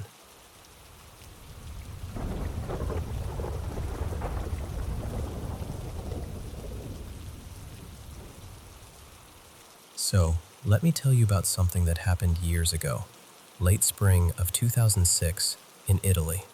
It was one of those holiday Mondays, the kind where the weather finally starts behaving and everyone takes it as an excuse to be outside, grilling, hanging around with friends, doing the usual "we deserve this" thing. I'd been out all day, and I'll be honest, from around lunchtime until early evening, I mostly drank. Not to the point of being wasted. I got myself home, walked normально, even parked the car without any drama. I felt clear. Tired, sure, but not drunk. Back then, I lived alone in a ground floor studio, small place, with this little garden right in front.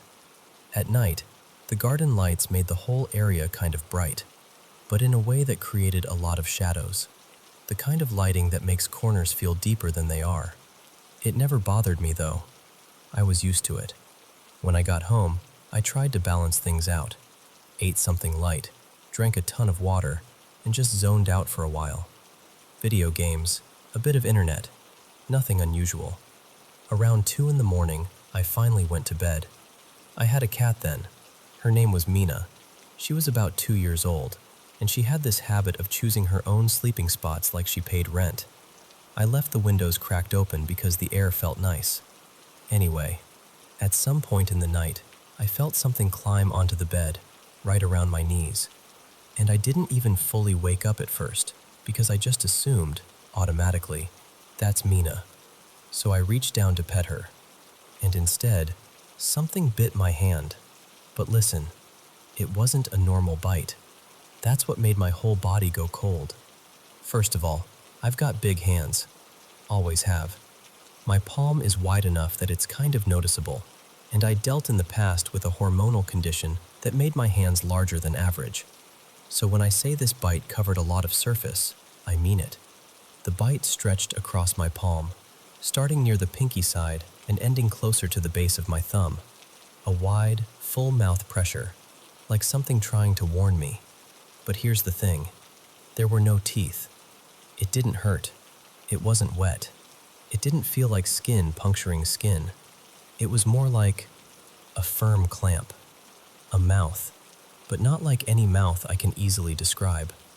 I snapped my eyes open, terrified. Like instant adrenaline. Heart hammering, skin buzzing. And I saw this black shape slip off the bed. Not like a solid animal jumping down. More like something that poured off the mattress. Like smoke, or vapor, or the thick cloud from an e-cigarette. It dropped to the floor and just melted into the shadows near the garden light. I sat up, staring, trying to force my brain to label it as something normal. Then I looked over, and Mina was still asleep. Not on the bed, on a chair in the corner. She lifted her head like, "What is your problem?" and then just stayed there, confused but calm. So it couldn't have been her. She hadn't moved. I turned on every light in the apartment. I checked the corners, under the bed, behind furniture, the whole place. Nothing. No sound, no movement, no clue.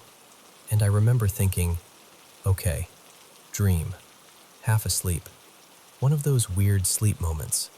So I tried to shake it off. I got back into bed, put the TV on with a sleep timer, because I didn't want to be alone with the silence. And eventually, I drifted off again. And then, it happened a second time.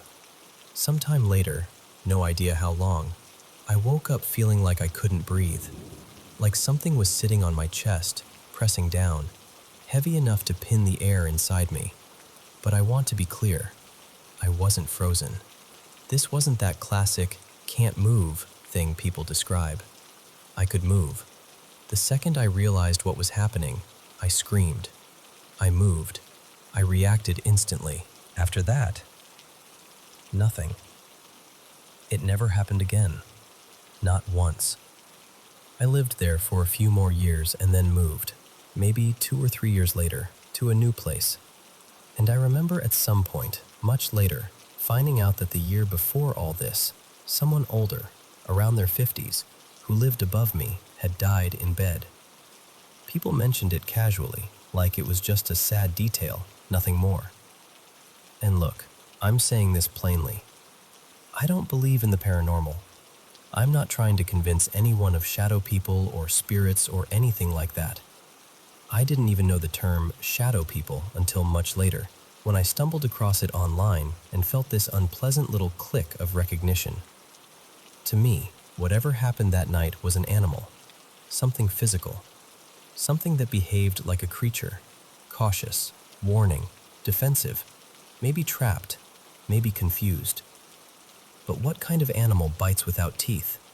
What moves like smoke? How does something feel heavy on your chest and then disappear like vapor? That's the part I can't neatly explain. All I know is, it felt real. It felt present. And for 2 moments in one night, in that little bright and shadowed ground floor apartment, something unfamiliar was there with me, close enough to bite my hand and press the air out of my lungs. And then it was gone, like it was never there at all.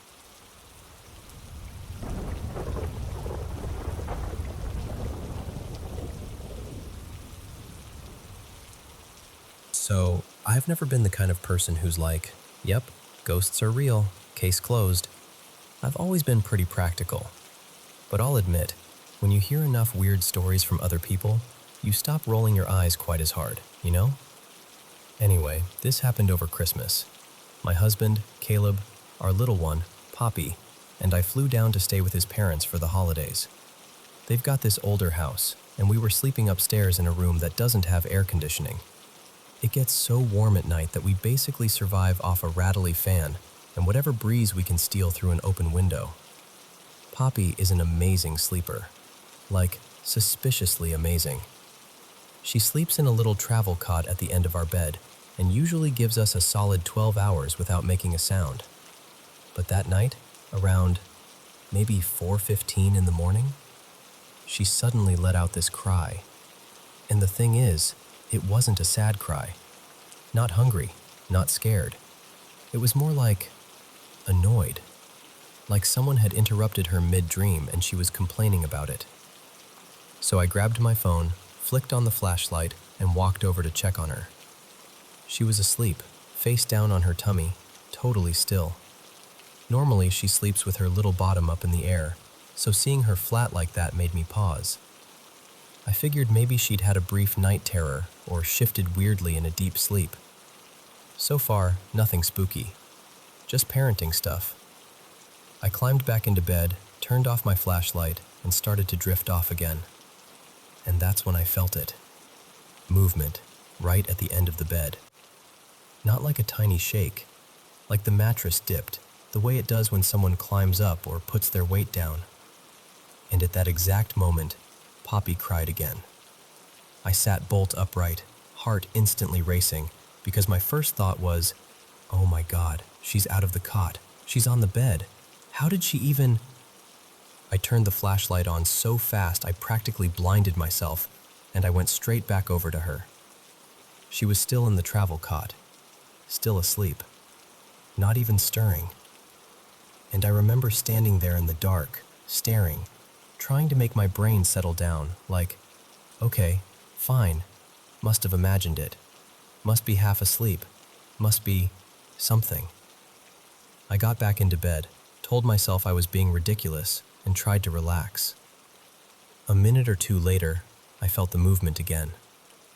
This time, Caleb shifted his feet at the same time, like he was adjusting the sheets, so I immediately blamed him. I thought, okay, he's tugging the bedding with his feet and it's making the mattress feel like it's moving. Mystery solved. I rolled over and eventually fell asleep.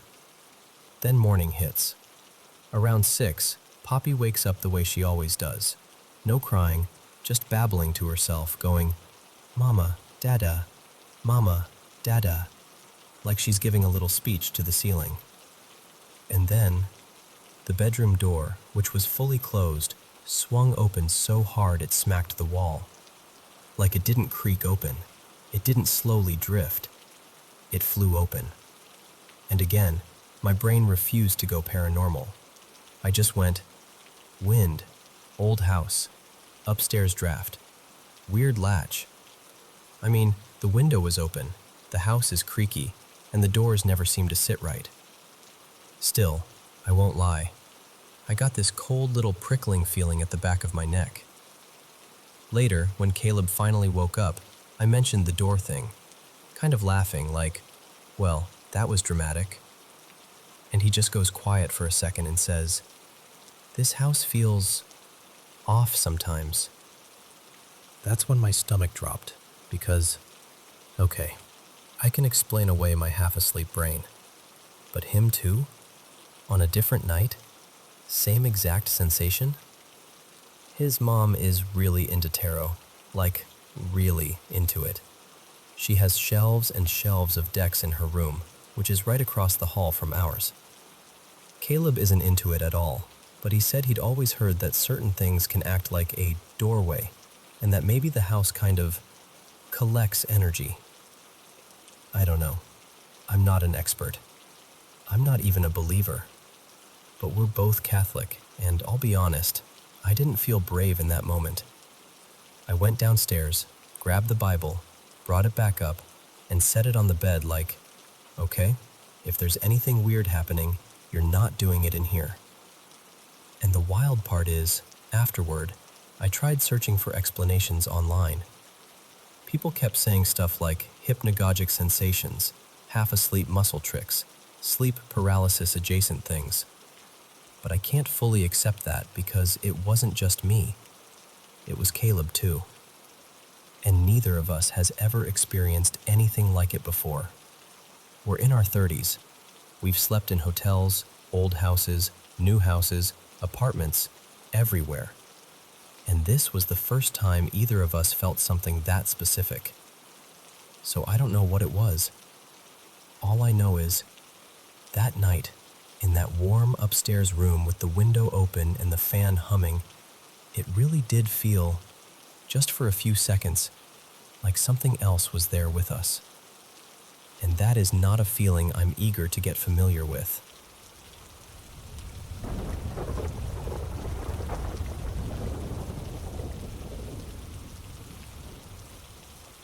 So, my partner Casey and I moved into this apartment in early April, and I swear, within the first week, we were already exchanging those little looks like, okay, are we going to talk about what just happened?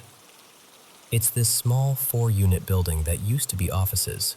At least, that's what the neighbors told us. And judging by the fixtures and that very specific beige on beige vibe, it's probably from the late 1940s or early 1950s.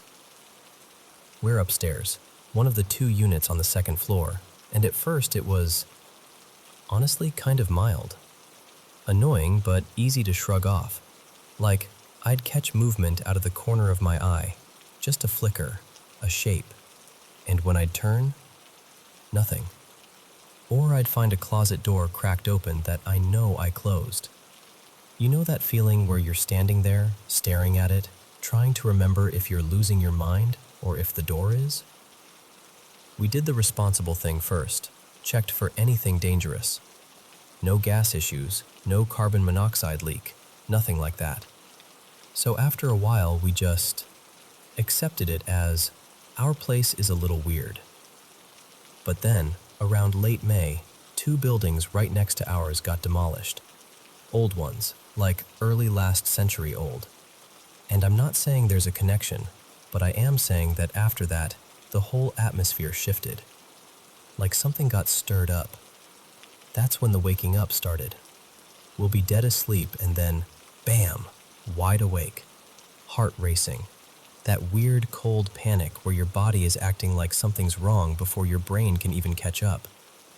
And it's always around the same times, 3:07 a.m. or 5:02 a.m. Like, weirdly specific, right? Not always those exact minutes, but close enough that we noticed. One night, I woke up so hard I practically sat straight up, and I thought I saw someone in our bedroom doorway. Not like a vague shadow. A person, an older woman shape, kind of still, just watching. I remember the impression more than the details, like my brain didn't want to fill in the face. And the second I fully snapped awake, she was gone. No sound, no footsteps, nothing. Just empty doorway and the hallway beyond it looking totally normal. Except it didn't feel normal. And we started seeing these shadow movements during the day too. Like I'll be in the living room and I'll see someone pass into the bathroom and I'll automatically call, "Hey, can you grab?"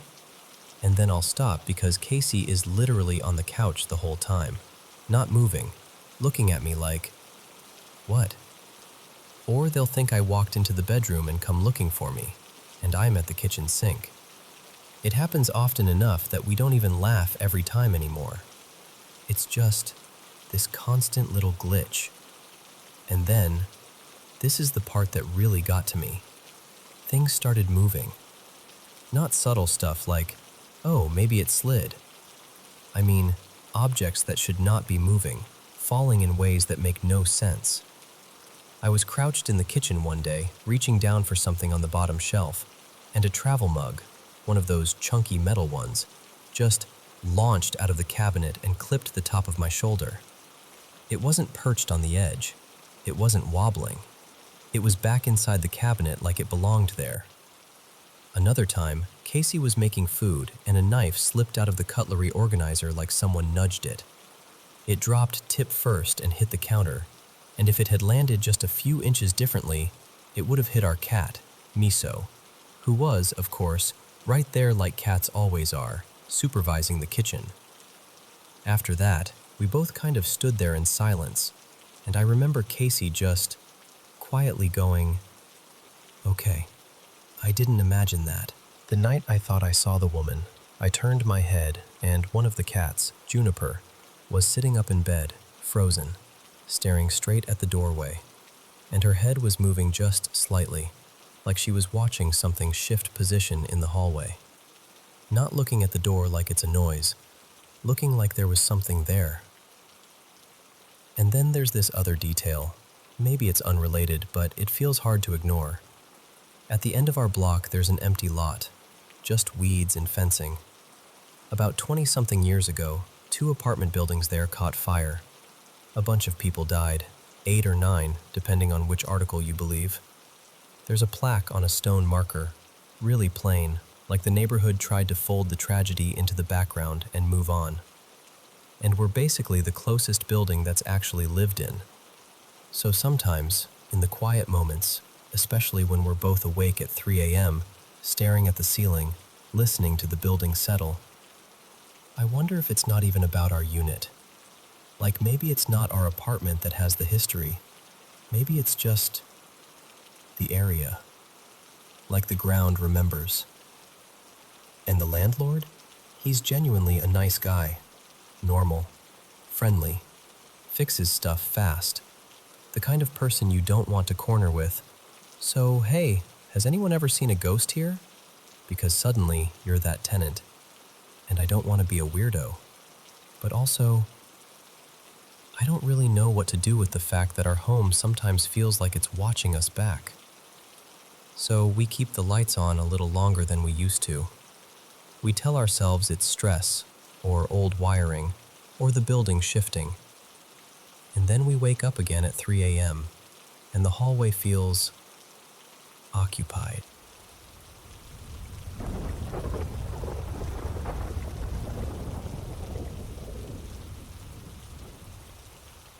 So, about 6 years ago, my family and I moved into this older house, the kind with a little too much creak in the floors and a lot of personality in the walls. I remember feeling excited, like we were stepping into something cozy and solid. And we did. It's been home. But almost right away, there were these moments that made me pause and go, okay, what was that? The first weird thing happened not long after we moved in. It was late, and my wife, Tessa, and I were in our bedroom watching TV, just winding down. And out of nowhere, we started hearing this clinking sound, like chains knocking together. Not a little tap either, enough that we both muted the show and just listened. We got up, checked the hallway, checked the closet, even opened the windows like that would somehow explain it. Nothing. Eventually, I convinced myself it was something stupid, like the ceiling fan pull chain tapping against the light cover, or something shifting with the house settling. But it didn't really sound like that. It sounded like metal. Then there was the second thing. Same setup. Bedroom TV on at night, just relaxing. Our dog, Bowie, big black lab, sweet as anything, was tucked under the bed. Bowie is not dramatic. Bowie doesn't bark at the door. Bowie doesn't do the "I heard a leaf outside" thing. He's the kind of dog who watches strangers walk in and basically says, "Sure, you live here now too, I guess." But that night, he suddenly started growling. A low, serious growl. Not playful, not uncertain, like he had decided something was wrong. He was staring straight at the hallway, just locked in. I called his name, tried to coax him out, and he wouldn't budge. He didn't charge, he didn't whine. He just stayed there, staring like he was tracking someone standing just out of sight. And the thing is, Bowie only ever gets that way when there's someone in the house he doesn't recognize right away. So that one stuck with me, because I couldn't explain it away as easily. The third experience was around Thanksgiving last year. My mom, Marianne, was over, and we were doing the whole holiday scramble, talking over each other, checking timers, trying to remember if we already added salt. I turned to ask her something, and as I looked toward the kitchen, I saw this woman, tall, blonde, wearing a bright teal top, walk like she belonged there, straight toward the pantry. It wasn't a flicker. It wasn't a shadow. It was the shape of a person moving with purpose, like she was just going to grab something off a shelf. And as soon as I started to say, "Mom, I just saw," my mom cut in and calmly finished my sentence. She described the same woman, same height, same hair, same teal shirt. And then she told me something that made my stomach drop a little. She'd seen her the day before, near the stove, just standing there for a second like she was watching. I remember staring at my mom like, "Please tell me you're messing with me." But she wasn't laughing. She wasn't trying to scare me. If anything, she looked annoyed, like, of course this house would do that while I'm trying to cook. And then the most recent thing. Honestly, that's the one that shook me the most. It happened last night. I was asleep, and Tessa was still awake in bed playing video games with friends, headset on, laughing, totally in her own world. She nudged me awake and whispered my name in this tense, careful voice. She said, "I heard the door handle." And I'm half asleep, like, what do you mean you heard it? But then she tells me she watched it, watched the handle move, like someone was jiggling it. Then the door opened. Our dog was in the room with us. Everyone else in the house was asleep. And Tessa is the least ghost story person I know. She's the type who rolls her eyes at supernatural stuff. If anything, she loves being the voice of reason. So when she said, "I don't have an explanation for that," I knew she meant it. After that, I just lay there, staring at the ceiling, trying to replay it in my mind like maybe there was a normal answer I could grab onto. Maybe pressure changes. Maybe the latch didn't catch. Maybe the house shifted. But the way she described it, so specific, made it harder to shrug off. And it's not just us either. We've had friends stay the night who casually mention, the next morning, that they saw someone move through a doorway, or heard footsteps when no one was awake. Nothing dramatic, just those little comments people make when they're not trying to be scary. Which almost makes it worse, you know? Anytime I've seen something, I've always tried to tell myself it's my eyes playing tricks on me. I'm not out here wanting a haunting. We've got multiple carbon monoxide alarms, working and tested. We test our well water every year. I try to be responsible about it because I know how easy it is for fear to fill in gaps.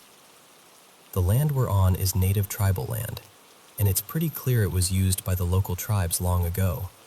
I find arrowheads sometimes, just out on the property like little quiet reminders that people were here long before us. Last night it was stormy. All the windows were shut, and we hadn't been running the heater or AC because we've been using the fireplace instead. No drafts, no weird airflow, nothing obvious. And then, this is the part I almost hesitate to say out loud. Years ago, some random person who claimed they were psychic told me there was something in the house that likes to linger in the hallway and stare into the bedrooms. I didn't believe them. I still don't want to. But once someone puts an image like that in your head, it's hard not to think of it when you're walking past a dark hallway at night. It's hard not to glance a little faster toward your door before you close it. So that's where I'm at, trying to hold on to logic, trying not to spiral, but also collecting these moments like little stones in my pocket. One or two you can ignore, but when they keep piling up, you start to wonder what, exactly, you moved in with.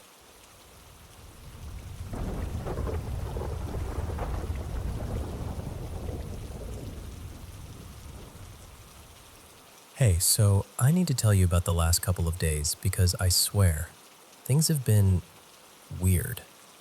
Like the kind of weird that makes you stop mid-thought and go, okay, what is happening right now? It started small, honestly. Just little stuff, misplacing things, walking into a room and forgetting why I went in there. Normal, right? I kept telling myself I was just tired, or distracted. But then it started stacking up, one thing after another, and it stopped feeling normal. One night I had this dream, except it didn't feel like a regular dream. It felt like I'd already lived it. Not in a, oh, déjà vu kind of way, but in this heavier way. Like my whole body was warning me that something was about to happen. I could see the moment, feel it, like it was happening in real time. And I just knew something was coming. And then, nothing happened. The moment passed. Life kept moving. But the feeling didn't fully leave me, you know? It's like my brain kept hovering over it, trying to make sense of it. More stuff happened after that.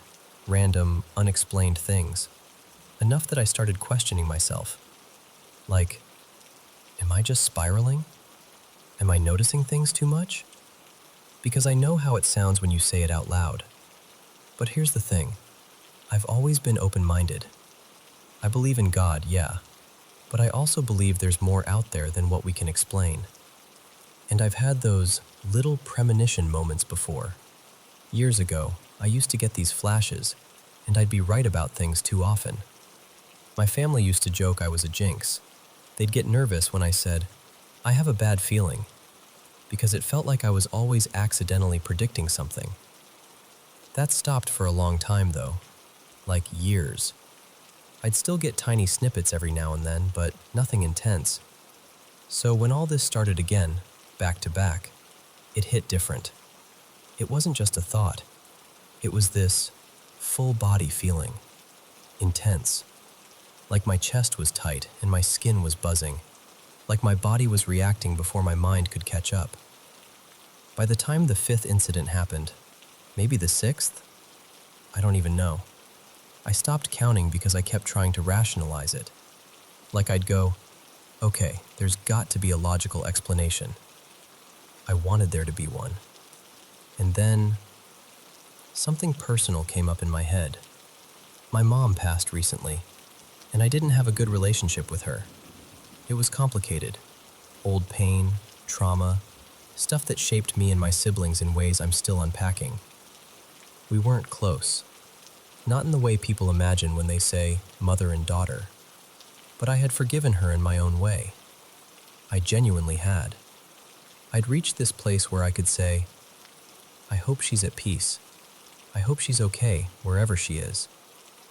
I'm telling you that because part of me started wondering if she was trying to reach me.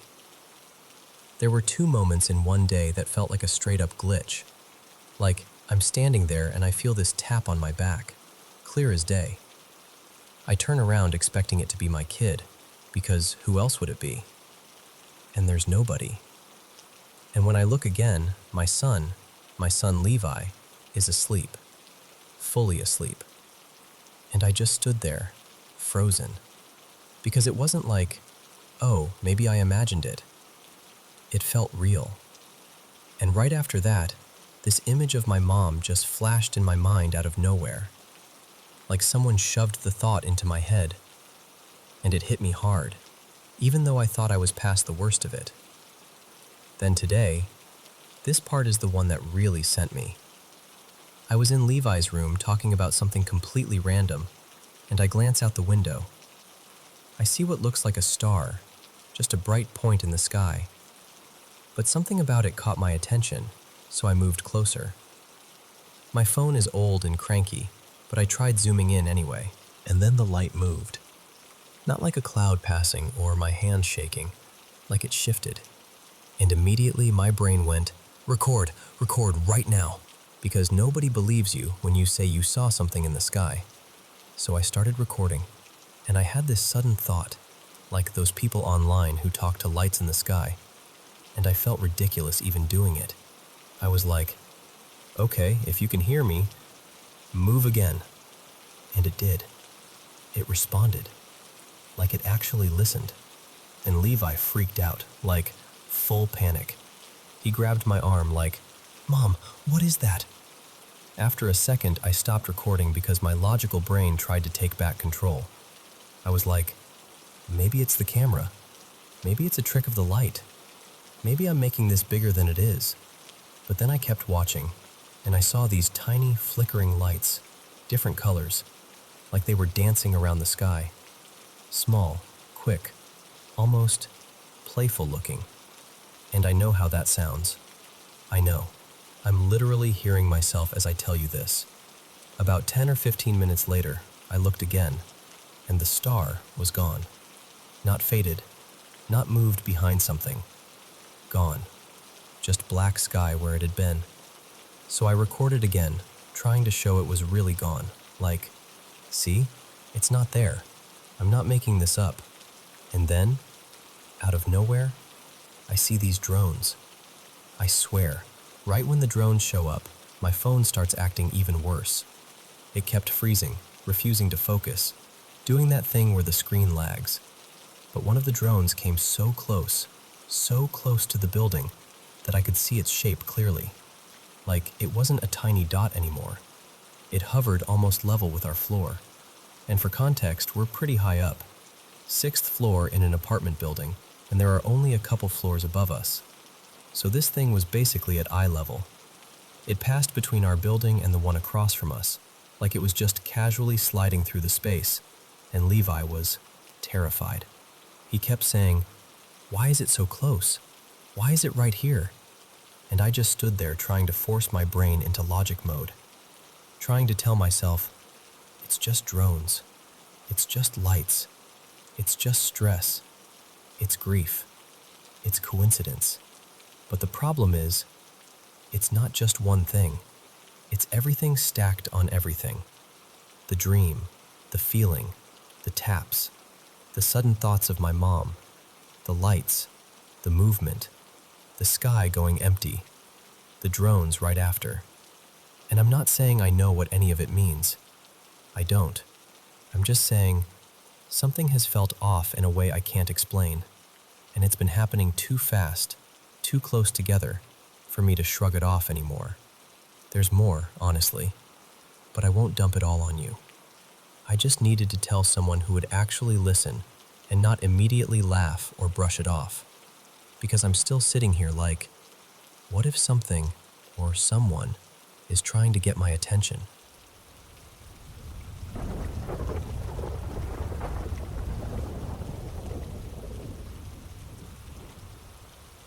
So, I need to tell you about something that's been sitting heavy in my chest, because the more I try to explain it to myself, the less normal it feels. My grandma, her name's Marianne, has always had this soft, glowing thing for France. Not in a casual way either, like the real deal. She spent a summer there when she was young, and every once in a while she'll get this faraway look and start talking about cobblestone streets, tiny cafes, and this man she met who she swears was the love of her life. She'll never say his name, but she'll smile like she's seeing him again. And she's always loved French movies. When she was younger, she used to dress up and go to these little independent theaters that showed foreign films. Even now, she'll sit through anything with subtitles if it means the mood is right. Rainy window, cup of tea, that kind of thing. So this past Christmas, I thought I'd nailed it. I found this French indie sci-fi DVD online. Said it was from 2019, kind of obscure, the sort of thing she'd brag about discovering. The title on the case was La Route des Étoiles. It was secondhand, but it looked fine. Nothing about it screamed, weird cursed object, you know? Marianne was delighted. Like, genuinely delighted. She held it like it was something precious. Then today, she finally sat down to watch it. She put it in her DVD player, pressed play, and nothing happened the way it should have. No studio logo, no menu, no cheesy trailer. Just this dim, grainy sound, like a kid whispering from the other side of a wall. Marianne said at first she thought the TV volume was broken, or maybe it was picking up audio from another channel. But then the screen changed. One single image popped up. No motion, no text. It was a photo of a child standing in the middle of a big store aisle, like a supermarket or a department store. Fluorescent lights overhead, shelves stretching behind them. And the kid was facing the camera. except they didn't have a face. Not like it was blurred out, not like shadows, just blank. And in place of eyes and a mouth, there was this messy little smiley face drawn on, like someone scribbled it with a marker right onto the photo. The kind of thing that tries to look playful and somehow ends up looking worse because of it. Marianne didn't even yell. She just got very still, then called my name in this quiet voice that told me she was already scared. I went over, trying to be the rational one. Maybe it's a weird bonus feature, I said. Maybe it's corrupted. I actually laughed a little, like if I treated it lightly, it would turn normal again. But when I took the DVD home and put it into my laptop, that's when my stomach really dropped. There wasn't a normal video file on the disc. No .vob files, nothing you'd expect. Instead, there was basically almost nothing. Just a plain text file with a link inside. One link, sitting there like it was waiting to be clicked. And I know how this sounds. I know. But curiosity got me. The link opened to a set of videos that didn't look like the film at all. More like fragments. Short clips. Strange angles. Flickers of hallways, shelves, empty rooms. And underneath it all, that same thin, childlike voice. Not screaming, not laughing. Just talking softly, like it's telling you a secret you didn't ask to hear. The more I watched, the more I had this uncomfortable feeling that I wasn't supposed to be watching them. Like I'd opened the wrong door in a familiar house. It felt connected to the movie somehow, like an extra layer stitched underneath it. Like the real film was never the point. Like the DVD was just a wrapper. Since that night, Marianne has been different. Not dramatically. She's not running around yelling about ghosts or anything. It's subtler than that, which almost makes it worse. She's quieter, more distracted. She'll pause in the middle of a sentence like she forgot where she is. She told me she keeps thinking about that voice and that it sounded like it was trying to tell her something important, something urgent, but she can't remember the words clearly, just the feeling.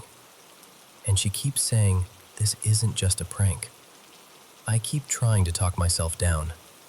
Maybe it's some odd art project. Maybe someone used old discs to hide links. Maybe it's a bootleg.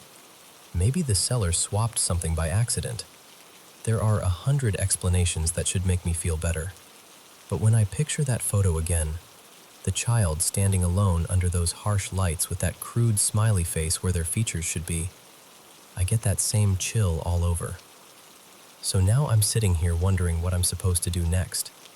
Because part of me wants to smash the disc and forget it ever existed. And the other part of me, the part I don't love admitting is there, keeps thinking that whatever this is, it chose my grandma on purpose.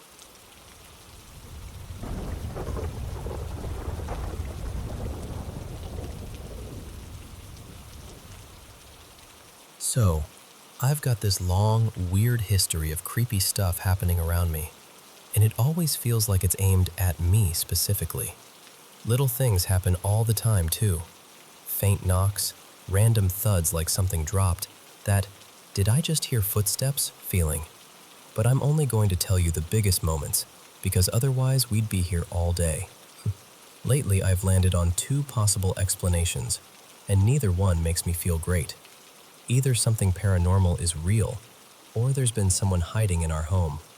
And honestly, I lean paranormal, mostly because the other option is somehow even more horrifying.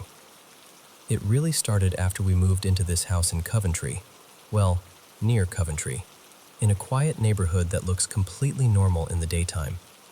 We bought the place from this woman who worked at the hospital, and one detail always stuck in my brain.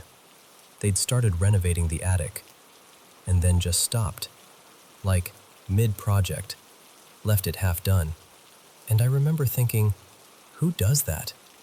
It felt like the house had been abandoned in a hurry, even though it hadn't. Anyway, first big thing. I was about 15, and I woke up in the middle of the night to my bedroom door slowly opening. I know how that sounds, but I was fully awake. I watched a shape, like an actual person, come into my room. It walked around the foot of my bed and went into the little side room where the boiler cupboard is. I remember being confused more than terrified at first, like my brain couldn't decide what it was seeing. And then I did the most unreasonable thing possible. I convinced myself I was half dreaming, and I fell back asleep. The next morning I woke up and both doors were open, my bedroom door and the boiler room door. I never left them like that. So I asked my parents if either of them had come in. They both looked at me like I'd grown a second head. Nope, nobody. Second big thing, about a year later, I was home alone, on the phone with my friend Maisie. I was in my room when I heard someone coming up the stairs. Slow, heavy steps. And then the sound moved past my door. My stomach just dropped. I called out, "Mom?" like a complete idiot because I didn't want to believe what I was hearing. And then something ran past my door. My door was closed, but I heard it, that quick, frantic rush, like someone sprinting down the hall. I yanked the door open and leaned over the banister, and I swear to you, I saw someone, bolt toward the kitchen. So I chased it. I don't know why. Pure adrenaline, I guess. I ran downstairs, went straight into the kitchen, and there was nothing. No one. No pets, no open doors. Just the kitchen, dead still, like it had been empty the whole time. I remember standing there, breathing hard, and feeling this cold embarrassment, like, what am I even doing? But I also remember thinking, I didn't imagine that. Third big thing. This one happened at my grand's house, just a few doors up the road. Her place always felt safer, like the kind of house where nothing bad could happen. That illusion didn't last. I was there one morning packing my bag for class. Her downstairs bathroom had this little corner behind the toilet where we kept cleaning stuff. A dustpan, a couple of brushes, that kind of thing. Everyone else had already gone upstairs to talk to Gran, so I was alone downstairs, zipping up my bag, when the bathroom door swung open like someone shoved it. And a brush flew out. Not slid, not toppled, flew, like it had been thrown from inside. Fourth big thing. This one is the one that makes my skin crawl even now, because it felt personal. I just started college. I came home one afternoon with shopping bags and a new coat.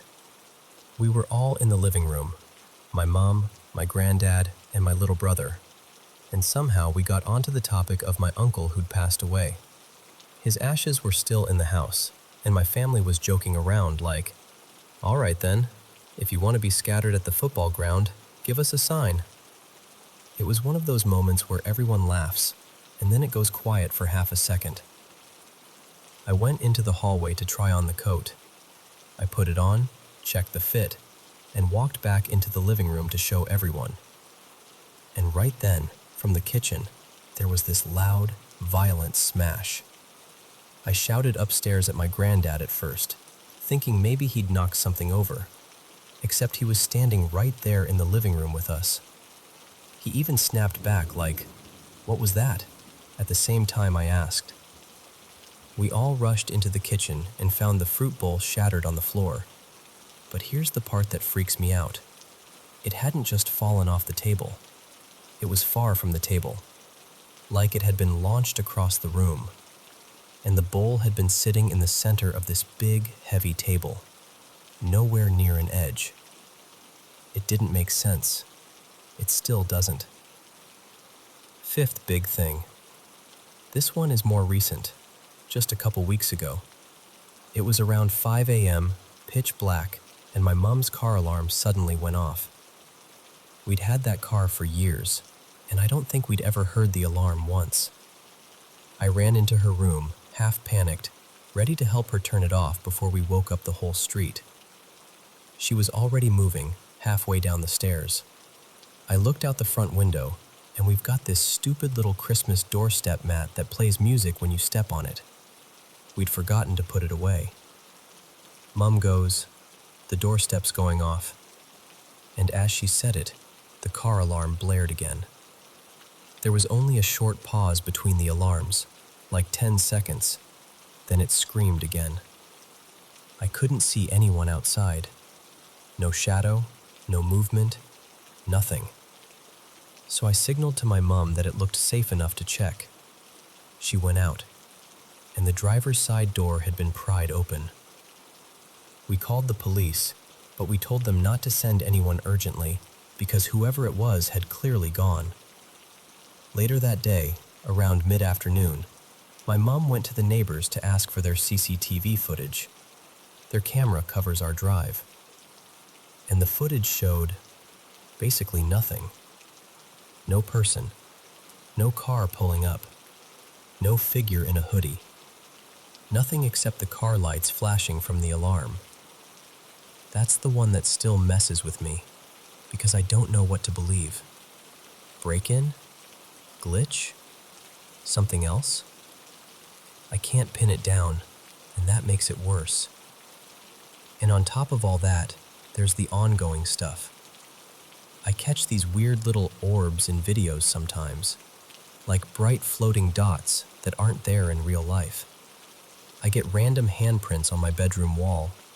It's painted a dark navy blue, so it shows marks really easily. But some prints are higher than I can reach, and some are bigger than my hands.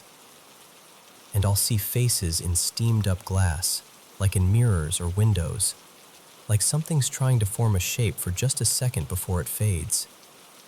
I try to ignore it. I really do. I tell myself it's coincidence, or shadows, or my brain overreacting. But it's hard not to feel like the house notices me back. So, I've had this feeling my whole life that I'm not exactly alone, even when I'm by myself. Not in a dramatic way either, more like a quiet awareness. Like there are things around me that most people don't notice. Most of the time, it's honestly fine. In my house especially, there are a couple presences I've gotten used to. Almost like familiar roommates that don't talk. They don't feel threatening. If anything, the energy feels calm. Like they're just there, watching, passing through, minding their own business. But there's also one that doesn't feel like that at all. This one feels wrong, heavy, like the air gets thicker when it's near. And the worst part is, it doesn't seem tied to a place. I felt it in different rooms, different buildings, like it's attached to me, not the house. When it's close, my stomach drops for no reason. It's that sudden dread that doesn't belong to any thought in your head. It just arrives fully formed. And even now, talking about it, I swear I can feel that heaviness creeping up, like it notices when I'm thinking about it. Like it doesn't want to be named. Anyway, the experience that really sticks with me happened a few years back. I was younger, around 11, and I'd just switched bedrooms in my house. It wasn't a big move, just a new room, new layout. I remember standing there that first day and trying to brush off how weird it felt. I actually said out loud, because, yeah, I talk to myself when I'm alone. Something like, this room feels different. Maybe the other room just had weird vibes. I tried to laugh it off, tried to be rational about it. Then I got ready for bed like normal. Lights out, blanket pulled up. That quiet, settling feeling when you're waiting to fall asleep. A few minutes passed, and I heard it. Scratching. Right on the wall next to my bed. Not a bump, not a creak. Scratching, like fingernails dragging lightly over paint. My whole body went tense, but I forced myself to play it down. I told myself it was the house. Pipes. My imagination. Anything. Eventually, I fell asleep. But here's the thing. This is the part that's hard to explain without sounding unreal. I've had these sleep experiences for as long as I can remember where it feels like I'm awake in my room, but I'm not. It looks like my room. My bed is right where it should be. The darkness is the same. But there's always someone else there. some presence or figure, and I can't really move. I can talk, I can think, I can feel, but my body stays pinned in place. And then, every single time, there's this moment where I truly wake up and I can move again. Like a switch flips, and whoever or whatever was in the room just fades. Like the connection snaps and they can't stay anymore. So that night, I slipped into one of those. I didn't realize at first. I just woke up and I was in my room, staring at the dark ceiling, feeling that familiar stuck-in-place heaviness. It was quiet for a second. Too quiet. And then, something moved under my bed. An arm, an actual arm, slowly reached out from the darkness underneath, like it had been waiting there the whole time. It wasn't a shadow. It wasn't fog. It had shape. It had weight. And it grabbed my wrist. I couldn't pull away. I couldn't sit up. I couldn't even scream. I just felt that cold grip clamp down like it owned me for that moment. And then I heard the voice, clear as if someone had leaned down next to my ear and whispered it. "Don't worry," it said. "I'm still here." And then, snap, I jolted awake for real. But I could still feel the hand on me. That's the part that makes my skin crawl even now. I was fully awake, fully able to move, but my body remembered that grip like it hadn't let go yet. I threw myself out of bed so fast I almost tripped. I backed away from the edge of the mattress and just stood there shaking, staring at the space under my bed like it might reach out again any second. I didn't sleep the rest of the night, not even close. I sat with my knees pulled up, trying not to cry too loudly because I didn't want anyone to come in and tell me it was a nightmare. I didn't want someone to explain it away when I still felt the terror sitting on my chest like a weight. And I know people could call it a dream or sleep paralysis or whatever, but I've had normal nightmares. I've had bad dreams. I've had panic. This was different. This was the most fear I've ever felt in my life. Like something dark had wrapped itself around me and let me know it could touch me whenever it wanted. And honestly, I'm still scared it'll happen again, because I don't know how to stop it from using those moments, those half-awake, half-asleep cracks in reality, to get close. I just want it to leave me alone.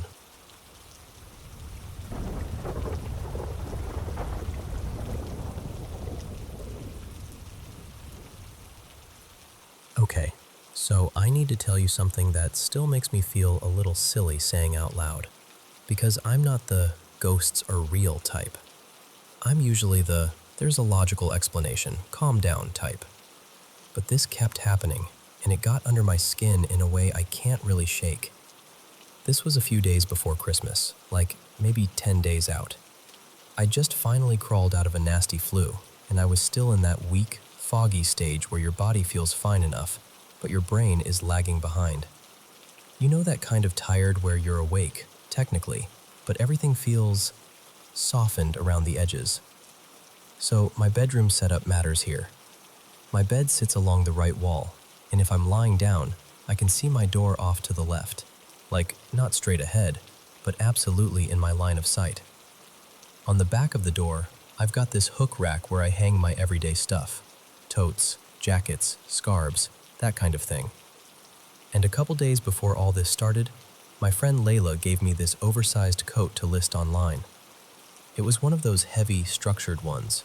Nice fabric, kind of dramatic. I hung it on the rack without thinking about it. First night.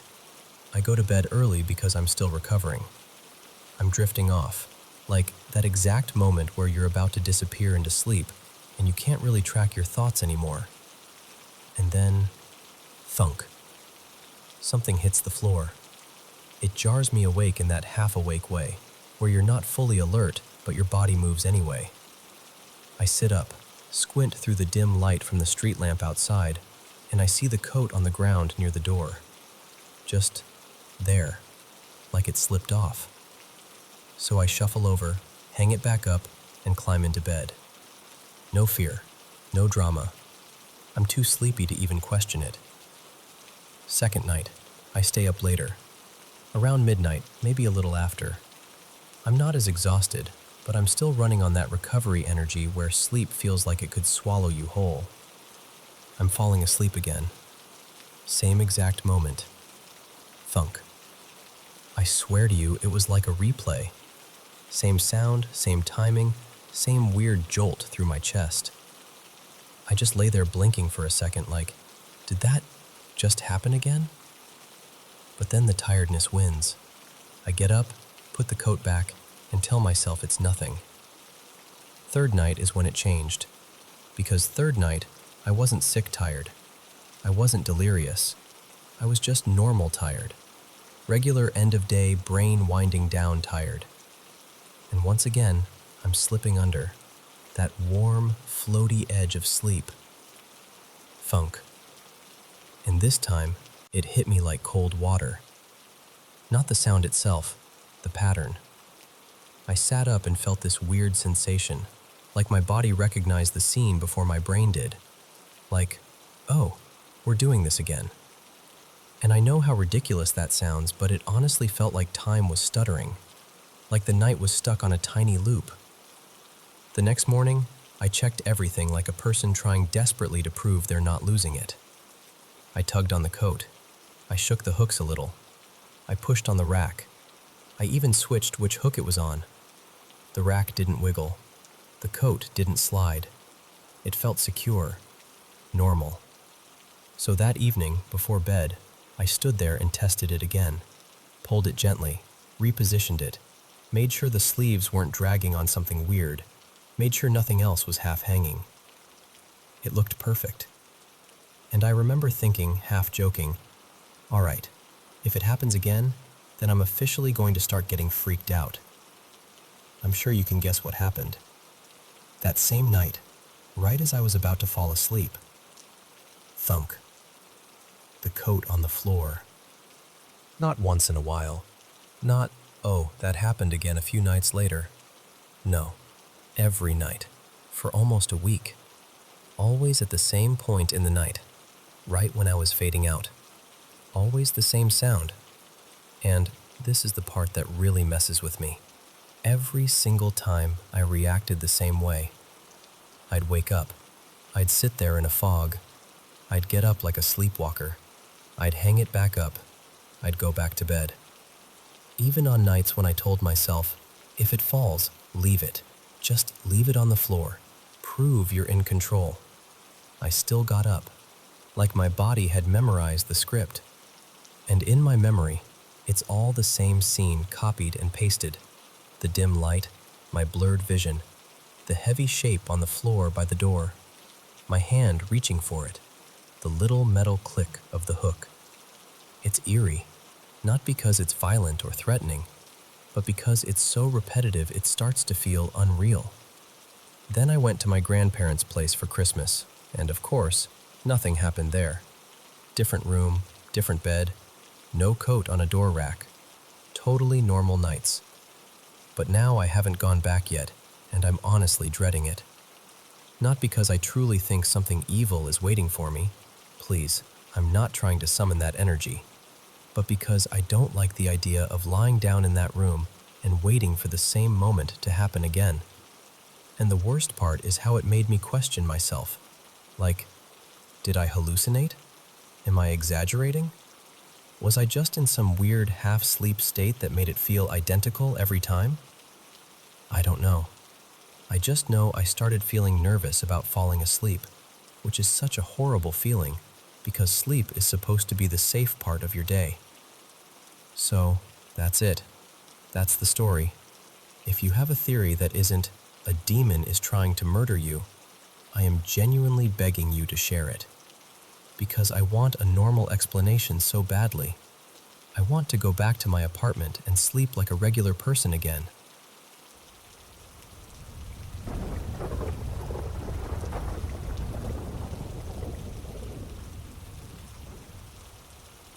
So, I've had this feeling my whole life that I'm not exactly alone, even when I'm by myself. Not in a dramatic way either, more like a quiet awareness, like there are things around me that most people don't notice. Most of the time, it's honestly fine. In my house especially, there are a couple presences I've gotten used to, almost like familiar roommates that don't talk. They don't feel threatening. If anything, the energy feels calm, like they're just there, watching, passing through, minding their own business. But there's also one that doesn't feel like that at all. This one feels wrong, heavy, like the air gets thicker when it's near. And the worst part is, it doesn't seem tied to a place. I've felt it in different rooms, different buildings, like it's attached to me, not the house. When it's close, my stomach drops for no reason. It's that sudden dread that doesn't belong to any thought in your head. It just arrives fully formed. And even now, talking about it, I swear I can feel that heaviness creeping up, like it notices when I'm thinking about it, like it doesn't want to be named. Anyway, the experience that really sticks with me happened a few years back. I was younger, around 11, and I just switched bedrooms in my house. It wasn't a big move, just a new room, new layout. I remember standing there that first day and trying to brush off how weird it felt. I actually said out loud, because yeah, I talk to myself when I'm alone. Something like, this room feels different. Maybe the other room just had weird vibes. I tried to laugh it off, tried to be rational about it. Then I got ready for bed like normal. Lights out, blanket pulled up. That quiet, settling feeling when you're waiting to fall asleep. A few minutes passed, and I heard it. Scratching. Right on the wall next to my bed. Not a bump, not a creak. Scratching, like fingernails dragging lightly over paint. My whole body went tense, but I forced myself to play it down. I told myself it was the house, pipes, my imagination, anything. Eventually, I fell asleep. But here's the thing. This is the part that's hard to explain without sounding unreal. I've had these sleep experiences for as long as I can remember, where it feels like I'm awake in my room, but I'm not. It looks like my room. My bed is right where it should be. The darkness is the same. But there's always someone else there, some presence or figure, and I can't really move. I can talk, I can think, I can feel, but my body stays pinned in place. And then, every single time, there's this moment where I truly wake up and I can move again. Like a switch flips, and whoever or whatever was in the room just fades. Like the connection snaps and they can't stay anymore. So that night, I slipped into one of those.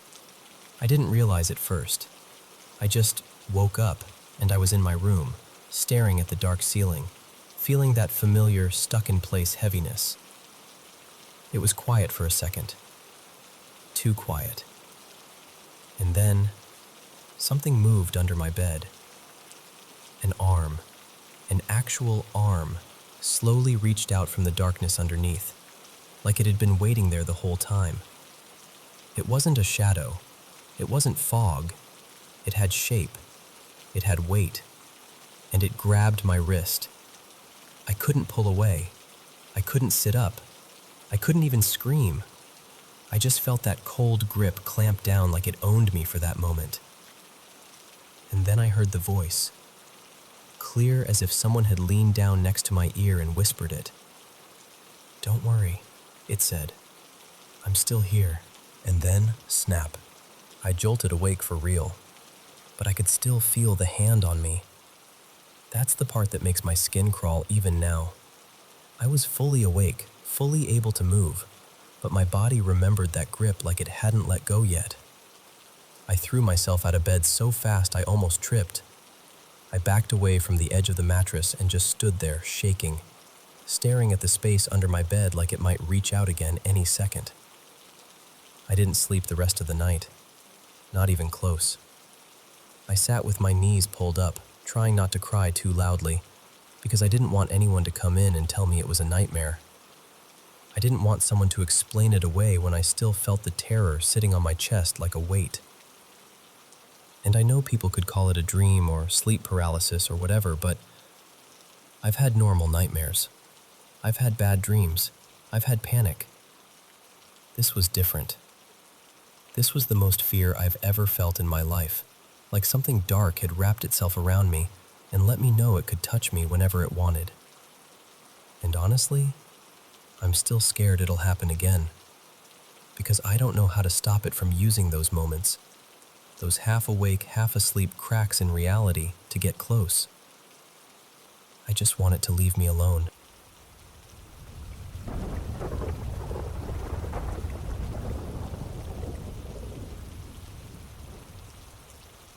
Okay, so this whole thing kicked off in the most annoying way possible.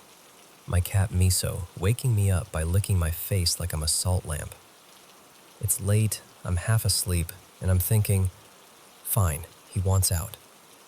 I head downstairs, 2 flights because apparently I chose cardio as a lifestyle, and I go to open the back door.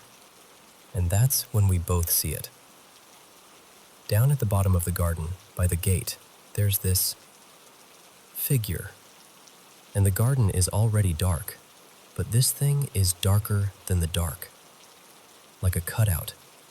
Like someone erased a person-shaped chunk of night. It's tall, too, easily 8 or 9 feet, and it's moving slowly, almost casually, like it belongs there more than I do. It's tall enough that it kind of swallows the fence line when it passes. Now here's the part that got me. Miso loves the garden. He's obsessed. He'd sell me for a warm paving stone out there. But this time, he stops dead. Won't step outside. Not even one paw. Just refuses. Like he's suddenly become a very principled indoor cat. So I'm standing there with the door cracked open, and I actually say, out loud, because apparently I like making things worse. Yeah, I don't blame you. This is weird. Then I just shut the door. Not in a panic, not slamming it, just, nope. And we go back up to bed. I tell myself it's nothing. I'm not easily spooked, and I figured maybe my eyes were playing tricks. But Miso, who normally sleeps wherever he collapses, parks himself right by the bedroom door that night. Like he's on duty. That was unusual. Really unusual. Second night, same routine. Miso wakes me up again. This time he licks my eyelid, which is horrific, by the way, like being kissed awake by a damp moth. He's purring and making those bubbly little sounds cats do when they're pleased with themselves. I sit up, blinking, and I look toward the doorway. And it's there. Not in the garden this time. Not far away. Just standing in the doorway like it's checking in. Same shape, same void blackness, like a hooded figure but without texture. No fabric, no detail, just absence. And weirdly, I don't feel terrified. There's no sense of malice, no get out instinct. And Miso isn't freaking out either. He's just there, calm. So I do what any exhausted person does when reality starts acting up. I mumble something along the lines of, I can't be bothered with this. And, do you mind? I don't even wait to see if it leaves. I just roll over and go back to sleep. Like I'm setting a boundary with the universe from under my duvet. Third night, no cat wake up. I wake up on my own because I need the toilet. I stumble into the bathroom, barely alive, and I flick on the light. And there it is. Standing in the bathtub. Just in the tub. Like it booked a room and that's its spot. Same cloaked outline, same hollow black void, completely silent. And again, I don't feel threatened. I'm not saying it felt normal. It absolutely did not. But it didn't feel dangerous. So I use the toilet because what else am I going to do? Hold it out of respect? And I actually talk to it, like it's a weird roommate. I say, if you're going to make this a regular thing, you'll have to get used to me, and I'll get used to you. Then I tell it goodnight, like an idiot, like a polite idiot, and I go back to bed. After that, nothing. No more sightings. But here's what's left behind. This faint, lingering sensation, like being watched over. Not in a creepy way, more like a gentle presence, almost protective. And honestly, I don't want it. I don't need a shadow guardian. I'm good. Please stop. And I think my total indifference, my very tired, very unbothered attitude, kind of shut the whole thing down. Like once it realized I wasn't going to feed it fear or fascination, it just moved on. The only reason I take it seriously at all is Miso. He's my litmus test. He clocked it before I fully did, and his behavior changed in a way that felt deliberate. Since those 3 nights, he's been completely normal. No more doorway sleeping, no weird wake-ups, just regular cat nonsense. So yeah, 3 nights, a silent void figure, a cat who suddenly had better judgment than me. And I'm left sitting here thinking, what on earth was that? Anyway, if you've got thoughts, I'm listening, because I'd love for it to make sense, even if it never happens again.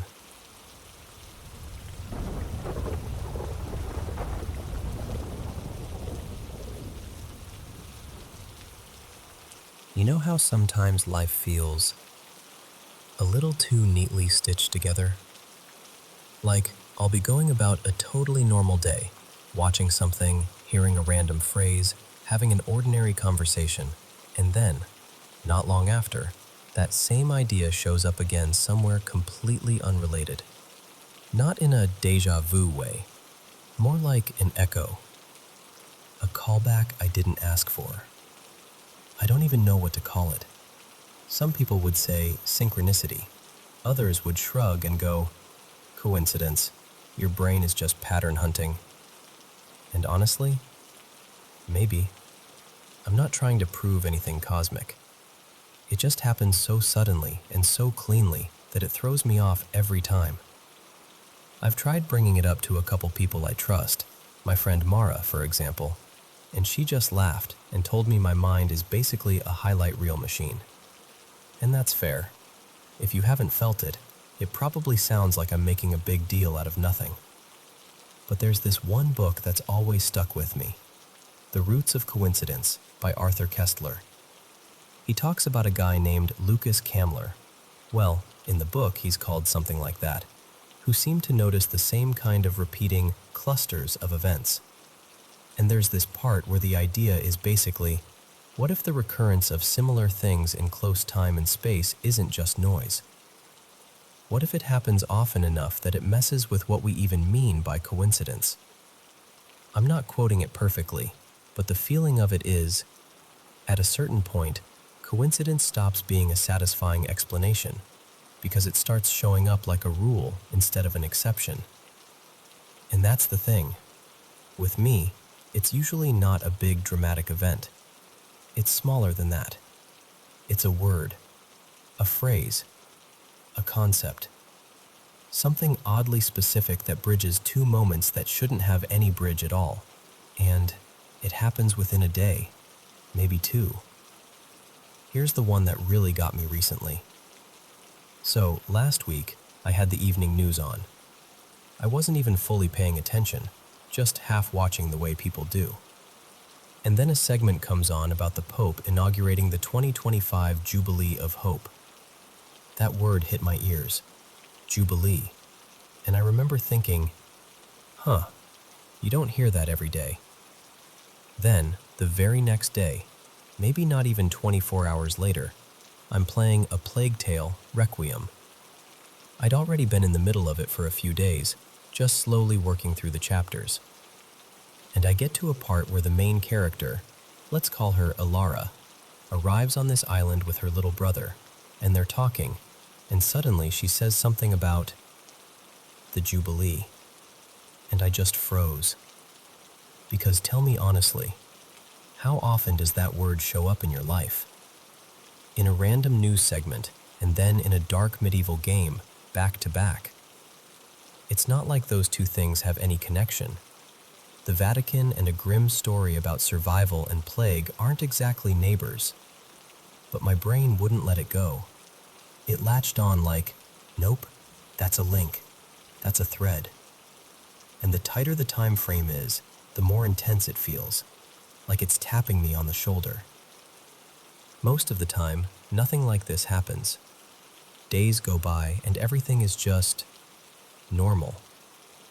But every once in a while, it returns. Another little echo, another weird overlap, another tiny, why that word, why now, moment. And here's the part that makes me laugh at myself. I'm not doing what that guy in the book did. I'm not keeping records. No spreadsheets, no notes, no archive of proof. I just notice it, feel unsettled for a minute, and then move on until it happens again. Still, I can't help wondering. And I guess what I really want to know is, do you ever get this? Not the vague sense of everything is connected, but those specific, oddly timed repeats. The kind that make you pause and go, wait, seriously? Again? And if you have, how often do you think this kind of thing happens to people, even if they don't talk about it?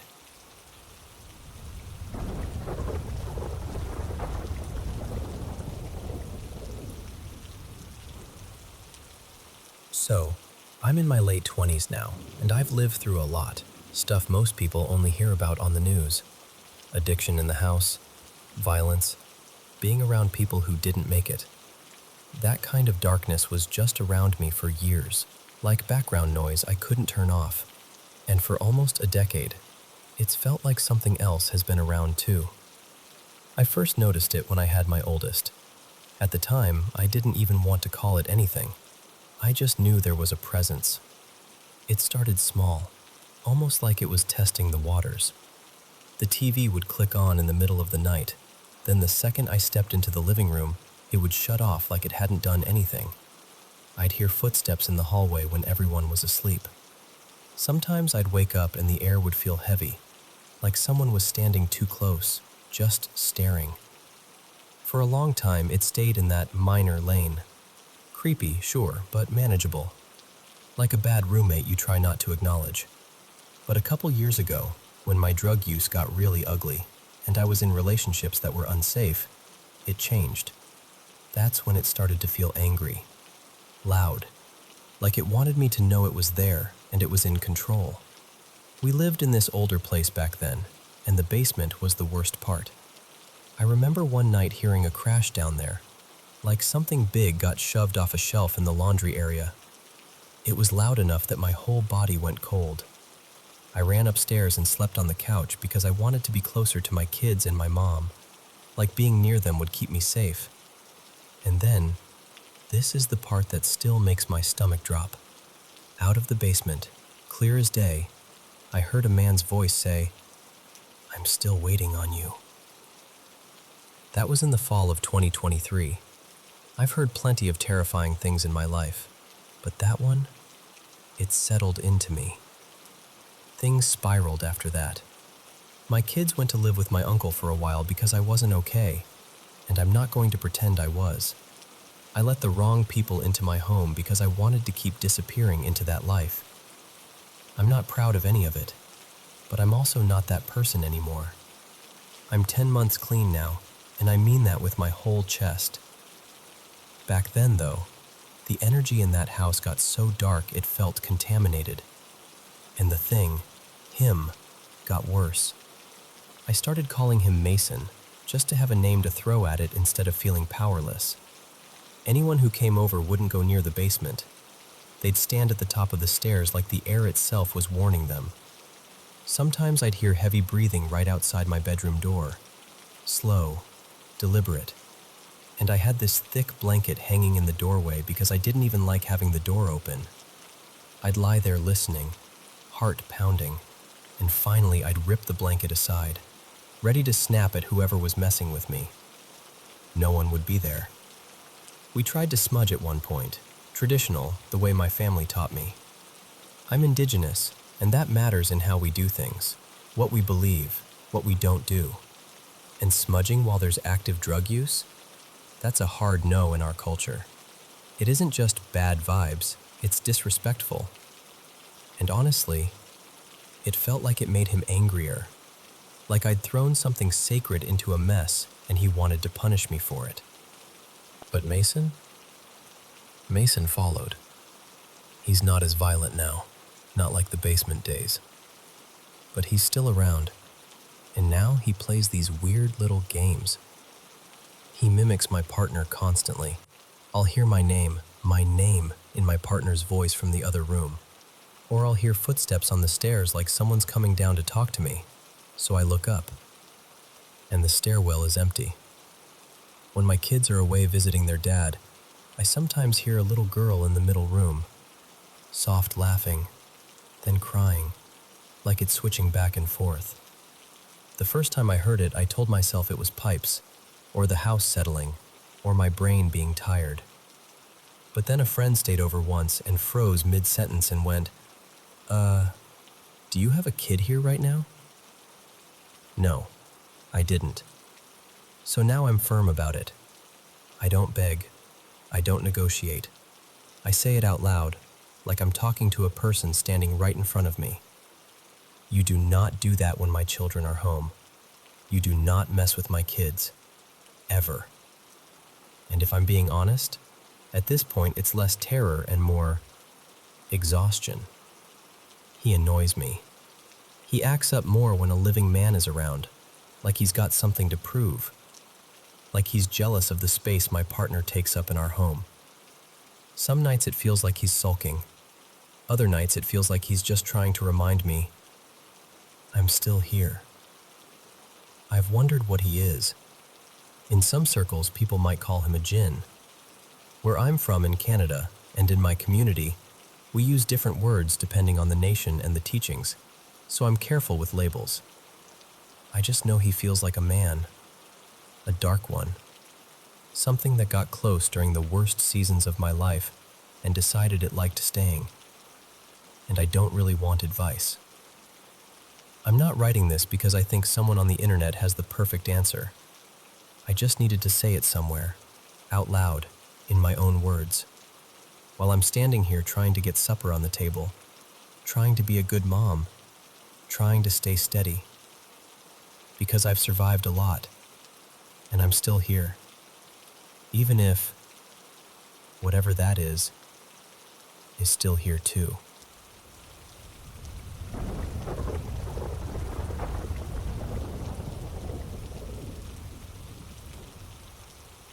So, picture this.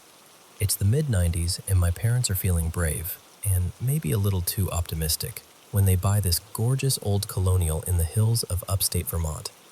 Big windows, creaky wood floors, a wraparound porch, and yes, an annoyingly perfect white picket fence. The price was suspiciously low, and the house had been sitting on the market forever, but my parents were like, we're getting a deal. We did not, in fact, get a deal. We got roommates, invisible ones. At first it was almost normal, like old house normal. One evening we're all at the kitchen table and this thick smell of cigarette smoke just rolls in like someone lit up right beside us. Only nobody in my family smoked, and my dad and I both had asthma, so it wasn't just weird, it was immediately miserable. My mom, bless her, didn't panic. She just kind of stared into the air and said, very calmly, "Okay, that's enough. Please don't do that in here." And I swear to you, it stopped. Like whoever it was went, "Fair point," and never did it again. Then the thermostat started acting up. Not like, "Oops, it's cold," acting up. Like it would be cranked to 90 degrees out of nowhere. One of those old dial thermostats you have to physically turn with your hand. Of course, everyone assumed it was me. Because I was a teenage girl, and apparently teenage girls secretly love living inside a sauna. I'd be like, "I did not touch it." And they'd be like, "Sure, Ellie." That wasn't even my name, by the way. They just blamed me with confidence. But the real fear didn't start until the footsteps. Heavy, slow, deliberate footsteps, like boots, moving through the house. Here's the fun part. It only happened when one of us was home alone. So imagine being 15, hearing someone walk across the downstairs hallway, and realizing you're the only human being in the building. I genuinely thought we had an intruder. More than once, I ended up hiding under my bed or wedged into a closet, holding my breath so hard I got dizzy, waiting for someone, anyone, to come home. And every time, nothing. No doors forced open, no missing items, no sign of anybody, just that sound.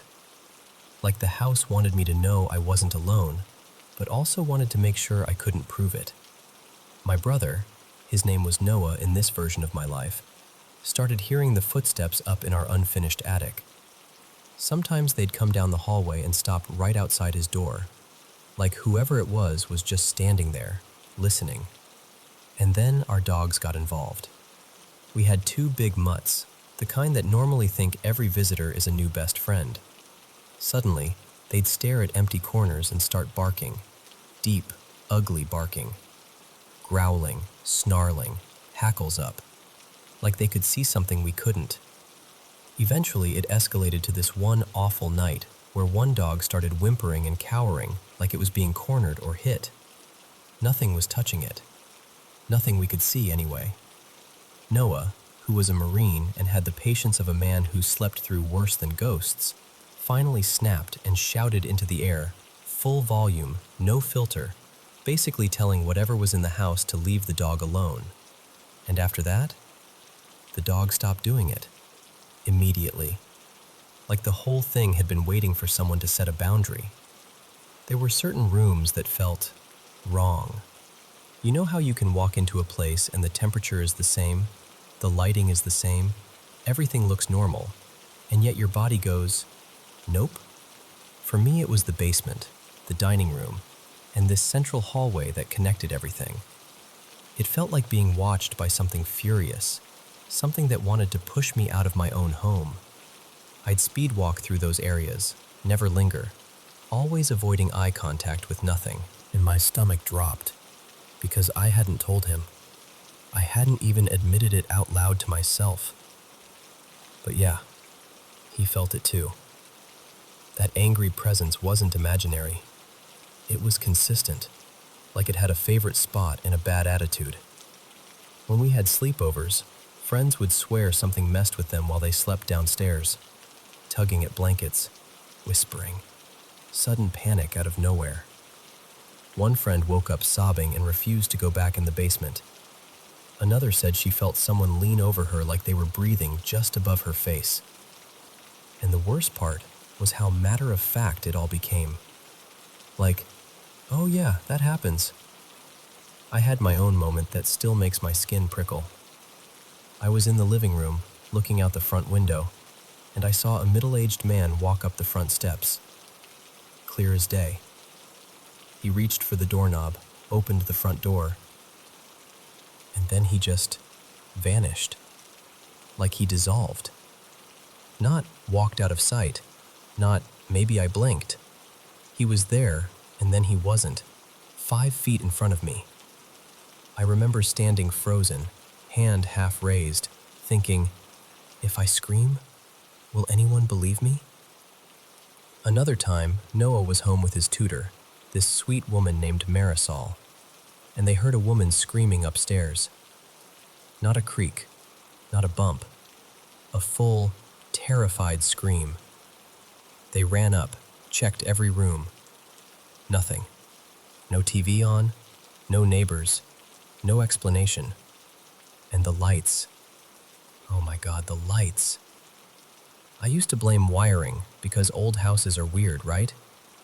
Except sometimes the flickering would respond like it was listening. Like you could actually say, "Okay, was that you?" And the lights would pulse or flutter back, almost like a reply. It wasn't constant chaos, but it was constant enough that you stopped thinking, "if something happens," and started thinking, "when something happens." Now, here's the part people don't expect. Not everything in that house felt evil. My bedroom, weirdly, felt protected. Like there was a boundary there the darker stuff didn't want to cross. I could breathe in my room. I could sleep. It was the only place that felt like it belonged to me.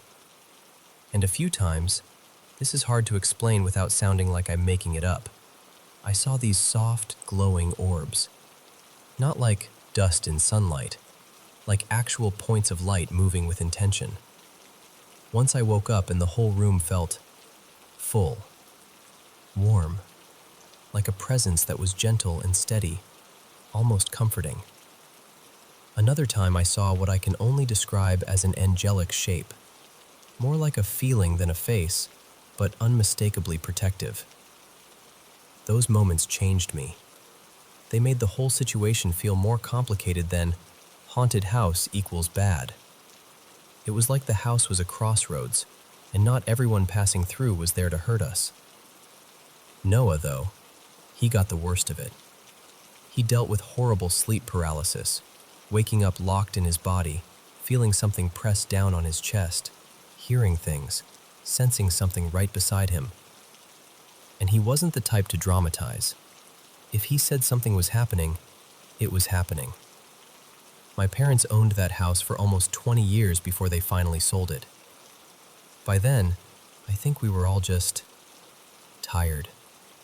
The kind of tired you can't fix with sleep. And here's what's eerie. Since they sold it, the house has changed hands a bunch of times. People move in, and they don't stay. It keeps selling again and again, often for less than it should be worth for a beautiful colonial on a big piece of land. Like the house can't hold on to anyone for long.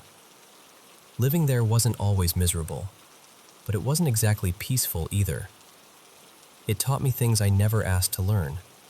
How to set boundaries with something you can't see. How to protect your energy. How to tell the difference between a presence that's just there and one that wants to cause harm. And even though it's been years since I lived there, I still dream about that house at least once a week. In the dreams, I'm walking those hallways again, avoiding the dining room, feeling that glare in the basement.